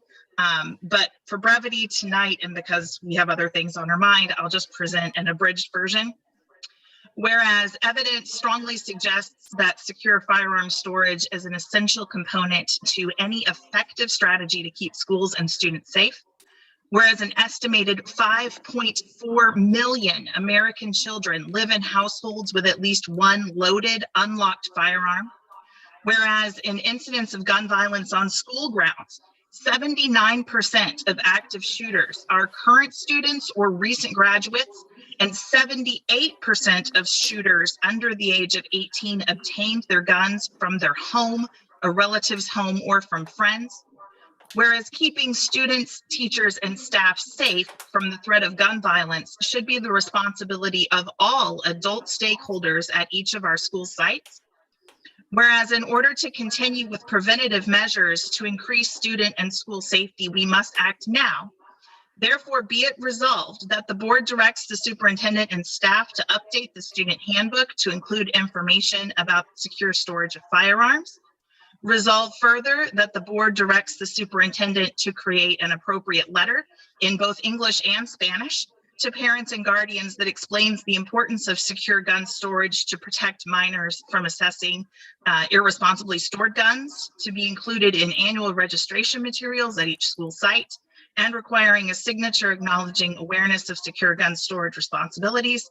And finally, be it resolved that the board and superintendent will continue to work with local law enforcement agencies, health agencies, and nonprofits to collaborate and increase efforts to inform district parents about secure storage of firearms in their homes. A version of this resolution has been passed by school boards across the country. So now in districts in Houston, Phoenix, and Denver, just to name a few, they are sending home this critical information each year. So I ask you to consider this resolution and pass it at the next available opportunity. So thank you for this opportunity. I'm sorry it's off topic for what we were talking about right now. Thank you, Amy. Thank you. Okay. No one else, Vic? No, we don't have anyone else on our live. Okay. So, I think at this point it's 6 days. Like, it's Yeah. inconvenient, but so is being sick. so the is two going options that I see on the table is close both schools or close the high school. Is both anyone, schools for 6 days. Or, I think Or don't close any schools and force No, them no, to not have teachers. I think closing the high school is obviously the right move, given the number of staff we already have out. I just wonder if we can delay the closing of the high school till, say, the Monday, if that gives parents the opportunity to. That's the And- problem is And we if it don't, doesn't, and we if, don't and if have that's not, teachers. if we deem that's not wise to put that on the table, that's fine too. So I mean, I just, I think So- the That's not- point that- is that we don't have teachers at the high school. So if we're like, if there's 9 out today, we've had school for 2 days. At what point are we like legally not allowed to have school? yeah. Good question. Repeat, I don't understand your question. What's the number of or not available teachers where you legally have to shut down the school? We can't staff it. Which is, what's that number? Well, when we don't have the ability to bring in subs to fill in, we have to, And we we're have treading to, that line right now. we have to collapse classes. We're putting teachers in overload beyond their contractual limits. We're looking at safe spaces for kids. Basically, we're just grouping kids in spaces and having one person supervise a large number. So the plan of us using the AMI days, which is very specific based on the curriculum, based on every teacher having assignments and responsibilities that kids fulfill, that allows us to maintain the operational status of a school. If we don't do that, then we have to close the school down and we have to add on days at the end of the year. So those are we either go in AMI or we shut the school down. So, Dr. Riley, what I would propose is taking that vote and breaking it down into 2 parts, one for the high school and one for the elementary campus.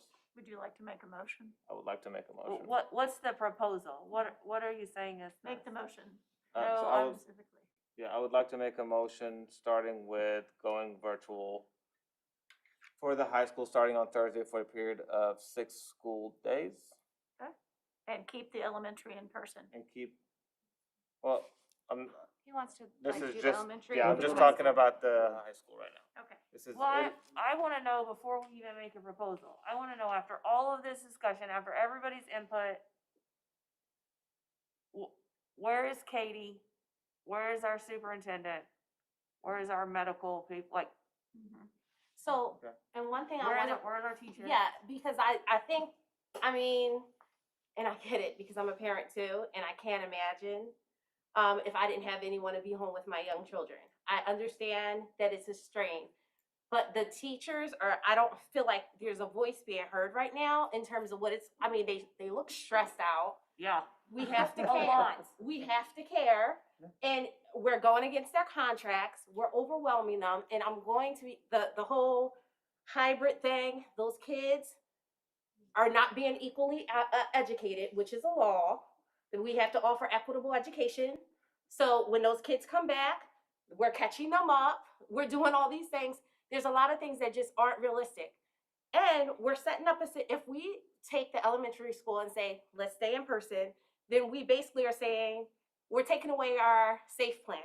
Right now, we are 3 out. There could be 10 elementary school teachers out tomorrow morning. Then we're in a crisis. Now we have 40 kids, 60, they're all in the cafeteria, they're all in the gym. They're being babysat. The idea of them being educated is gone. We as parents are at work, but our kids are not being educated and they're being hyperly exposed, which is, they may have mild symptoms. They're bringing it home to you. They're bringing it home to grandmoms. I mean, we just are not, we have to be responsible.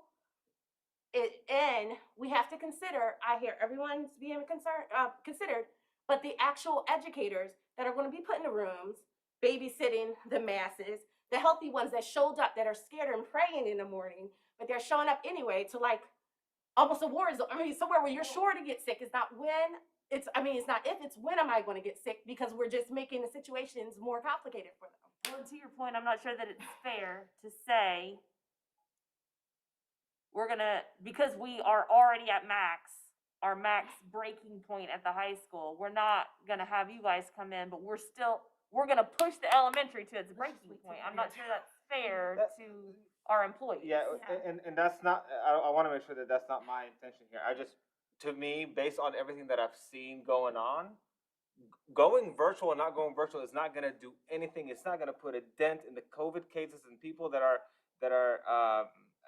gonna get infected and gonna get sick. It's not gonna put a dent in it. We're seeing it. We were not in school for the past month, and we saw the rise. So being in school or not in school is not gonna put a dent.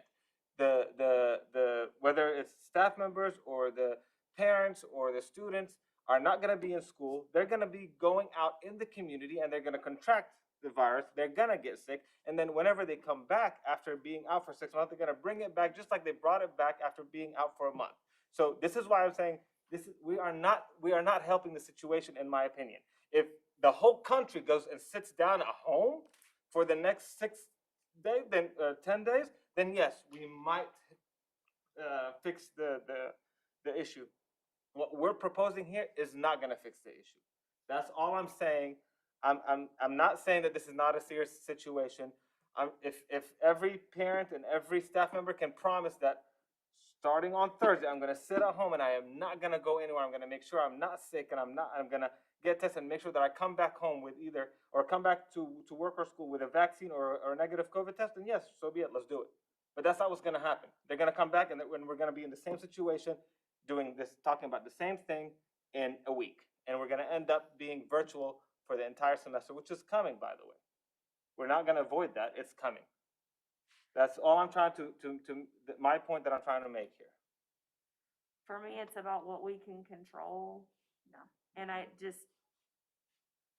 we can't control what people do at home, but we're making the decision to send some staff members home and not send others home, and it just doesn't feel equitable in that case. I get it, and I'm with you. I'm like, No, I've seen the kids at Defy. And I agree with you. I'm just saying, like, I wanted to make sure that I made my point clear. With that, I will go ahead and make the motion to go virtual starting on Thursday for both campuses for the period of 6 school days. 6 school days. Okay, before we vote, we have several teachers in the room who have not given their opinion. I would welcome hearing from anyone who is willing to stand up and speak who is a teacher. You have, Go ahead, Katie, go ahead, if there's any questions. Do we have any I elementary just- school teachers? do you have anything else? Katie, anything else you want to say? Somebody, I can understand the kids being out of school and seeing the rise and thinking that it's just not gonna do anything, just going out for 6 days. But from what's been seen, other places that have had Omicron and the same surge, there's a timeline to it, and it will start to fall back down. Right. It is going to actually go back down eventually. Now that being in school or out of school may make it happen faster or slower. if people take the right precautions, Right. absolutely it will. But that is what Katie's saying is pandemics have a natural rise and fall. They do. And the rise that we're having right now is a combination of Christmas, New Year's, and Omicron. If we hadn't had holidays, we probably wouldn't be having this rise. So that's the deal.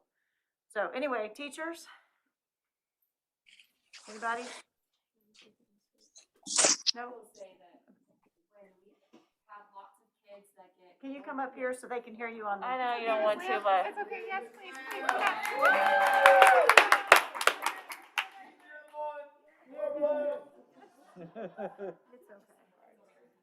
You don't have to. You don't have to.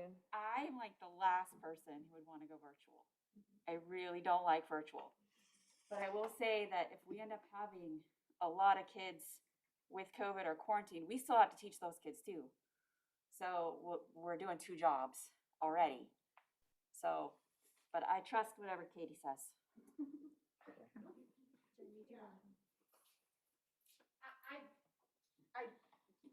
Come on up. Come on, Miss Welch. Come on down. You're the next contestant. Sorry. I agree. I trust Katie as well. I don't want to go virtual. I mean, I would much rather be in the classroom with my kids. I would rather my kid be in the classroom with you. You have a great kid. I mean, catching everybody up is difficult. I see the side that whether we're in school or not, I'm going to be catching people up. Because if I got kids quarantined, I'm gonna catch them up. If we are virtual and we have AMI days, half my kids aren't gonna do the work, I'm gonna catch them up. So, I mean, at some point, might we get to the staffing point that we need to go virtual? Possibly. Is the best course of action to preemptively go virtual? That I'm not sure about. So. Dale?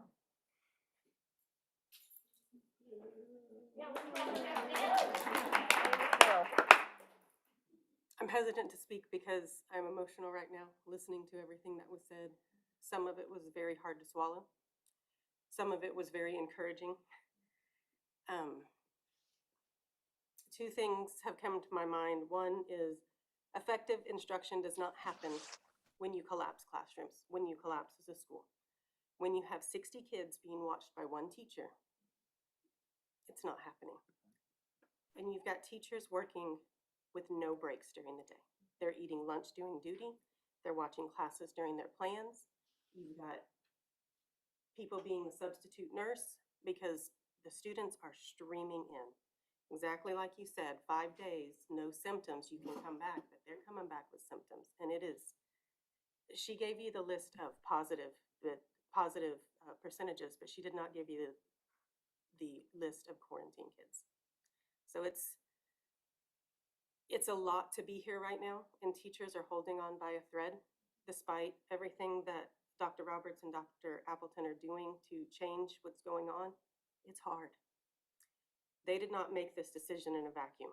They talked to the staff, the principals talked to Dr. Roberts. They made this plan knowing what's happening here. So there's a lot of eyes watching right now. And I just encourage you to support the safety and health of your students and your staff. Okay, thank you. So Tawfiq made a motion to close both campuses for 6 school days, total 10 calendar days. Do I have a second? Second. Okay, any further discussion before we vote? Okay, all in favor? Aye. All opposed? Okay, motion passes. All right, and I did not see continuation of the mask mandate on here, but this seems like an appropriate time to discuss it. Go ahead and make the Yeah. motion, please. I would like to can I make the motion since I'm leading the meeting? Yes. Okay, Yes, you I would like can. to make a motion that we extend the mask mandate for 60 days and reassess at the March board meeting. Second. Okay, all in favor? Aye. All opposed? Okay, so moved.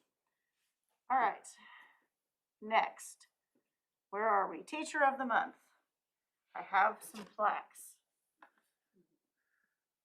All right, the Teacher of the Month is Jordan Haynes. Are we here? Jordan here? Okay.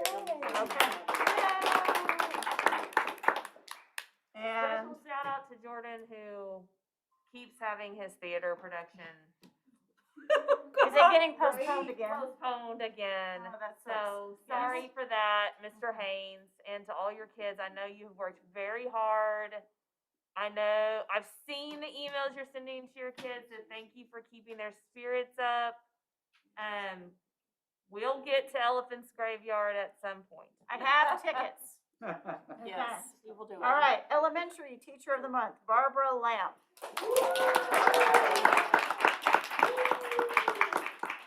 Thank you very much for your very hard If you work. guys could just stand up, and Barbara, you maybe stand in front. I'll try to get this.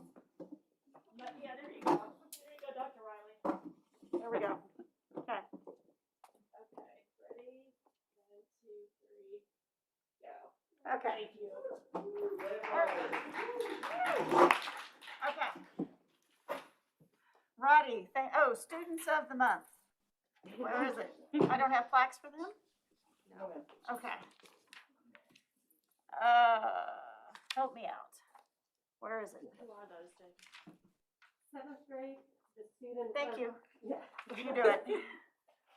7th grade, the student of the month is Andrew Hall for 7th and 8th grade. 10th grade, the student of the month is Cy Malone. And 12th grade, the student of the month is Hayden Blocker. Thank you. Okay. Roddy, it's finally your turn. Student council report. No updates, okay. Thank you. Oh, man.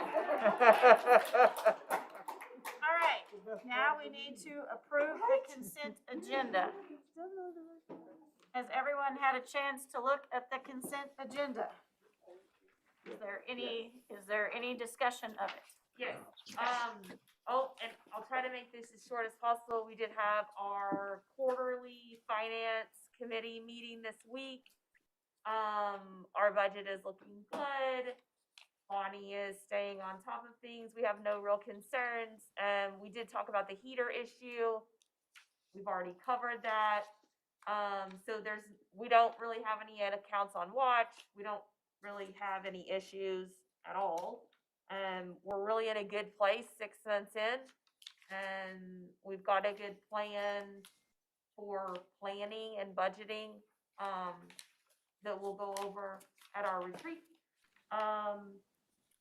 One of the things that we did talk about was at a past meeting, there was an accusation that the school was, it had to do with our cafeteria. There was an accusation that the school was not spending money on food for the kids just to save budget or to manage that budget. But the issue with the cafeteria was not about the budget. So I did review that contract and I did review all those invoices. The issue in the cafeteria had to do with how Aramark was managing the situation. Dr. Roberts has been able to step in since then and really change some processes and procedures and really set some better expectations with them. Their contract is up for renewal this next year. We'll talk about that in the future. But I just wanted to point out that was a pretty negative accusation, and we just needed to check into that to make sure that we were really doing what we were supposed to be doing, especially as far as the finances go. And that is not founded, that accusation was not founded at all. It has nothing to do with the budget. We are on budget for child nutrition. We are sending the money we're supposed to be spending on their lunches. It was a management issue on Aramark's part, which Dr. Roberts has now fixed. So I just wanted to make sure that that was clear as far as the finances go. And I don't think we've had any other financial questions along the way. We did review the teacher equalization fund, which Dr. Roberts will present. I made a few tweaks to that, just like in some wording. Our employment attorney may have some more suggestions there. Not but, licensed in Arkansas. But she'll talk about that later. But we reviewed it in detail. It all looks really good. Their plan looks good. APSRC has reviewed that. They've run the numbers every way possible, and this is going to be the best option for our teachers in our school over the next couple of years. So that's what came out of Finance Committee meeting. If you guys have any questions about the financials, let me know. But everything is looking good. All right, thank you, Adrian. We appreciate you keeping that in line. Okay. Enrollment report, attachment number 5. Looks like we gained a few, lost a few. I assume we are in the process of filling our empty spots as Yes, always. We Okay. are. I'm looking at those new students coming in, and we are working to fill our losses. We're closer to our cap than we ever have been, proud to say. That was a commitment we made.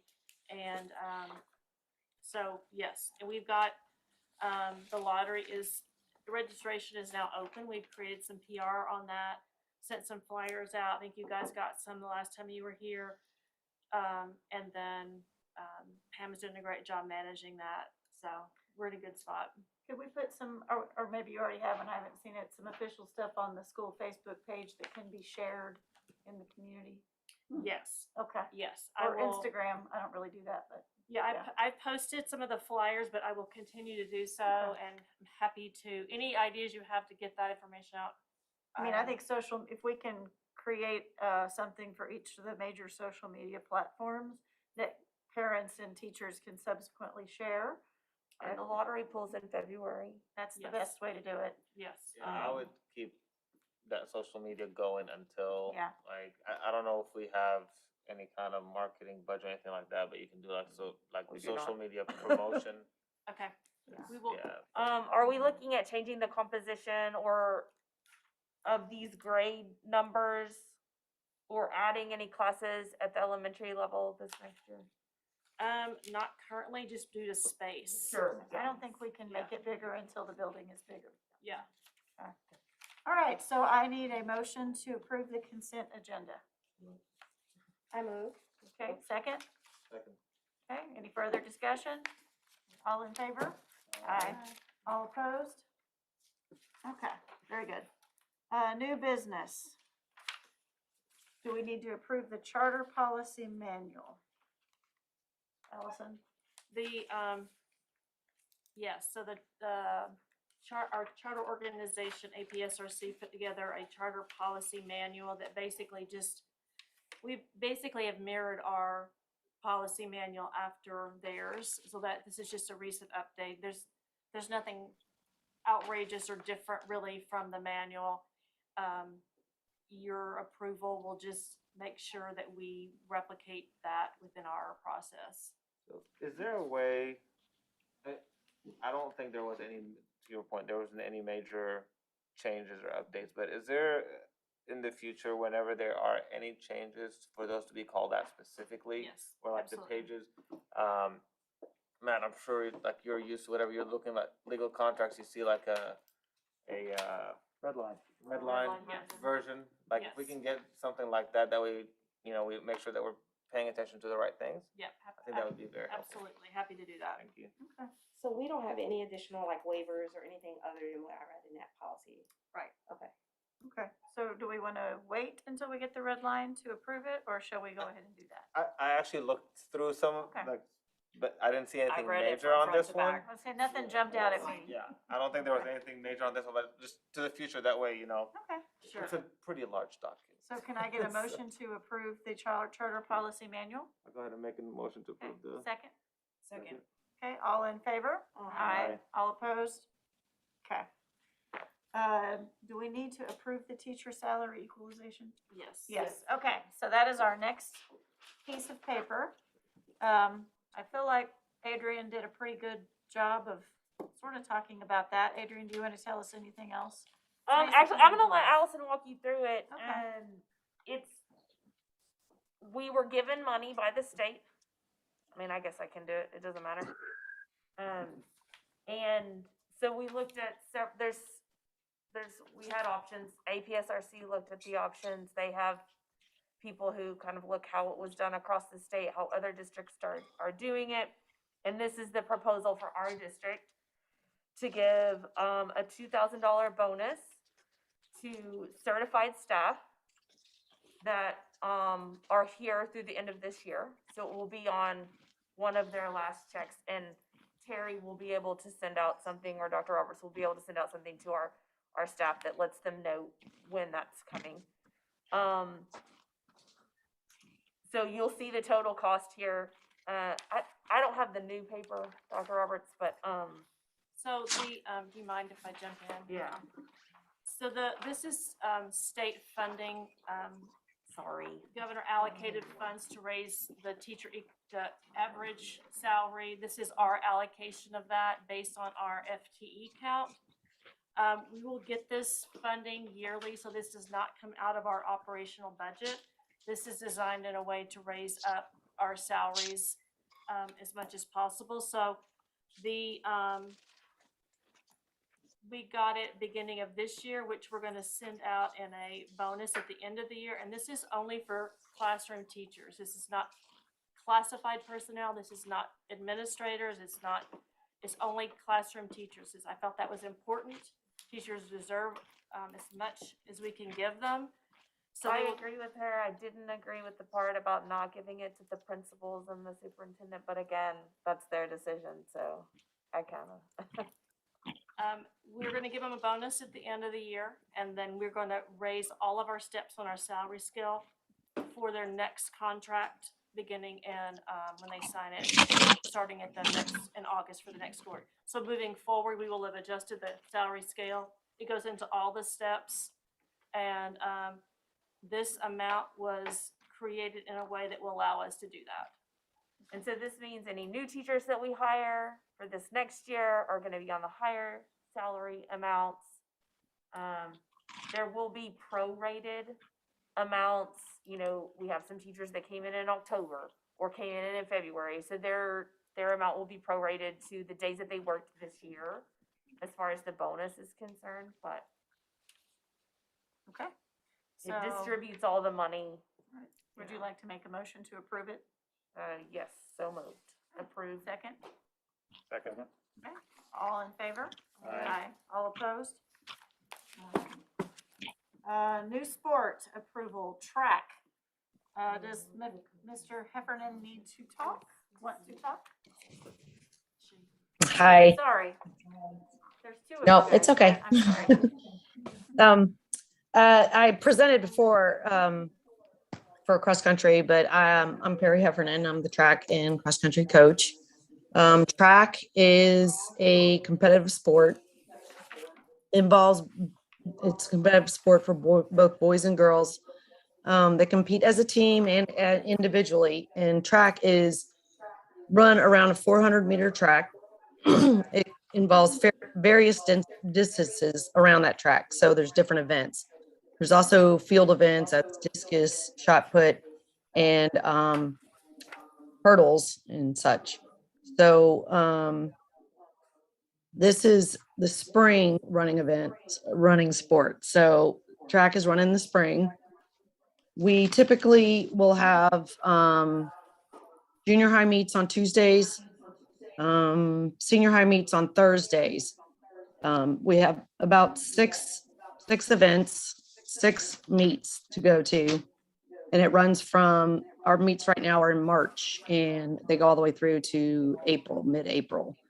We're a part of the Arkansas Activities Association. And let's see. Track is different than cross country where they will end up, we have to be at meets typically by 3:00. And they are on Tuesdays and Thursdays. So there'll be 1 day a week. And as of right now, we have 4 meets. We travel from anywhere from 51 to 100 miles. Most of the time we would have up to 20. This is only our second time having track season. And right now I have 7 boys and 2 girls. We could have up to 20 participants. But as of right now, we don't. The practices are after school. They're conducted at the elementary school, so they'll ride the activities bus over to the elementary school. And there's no facilities needed because we go across the street to the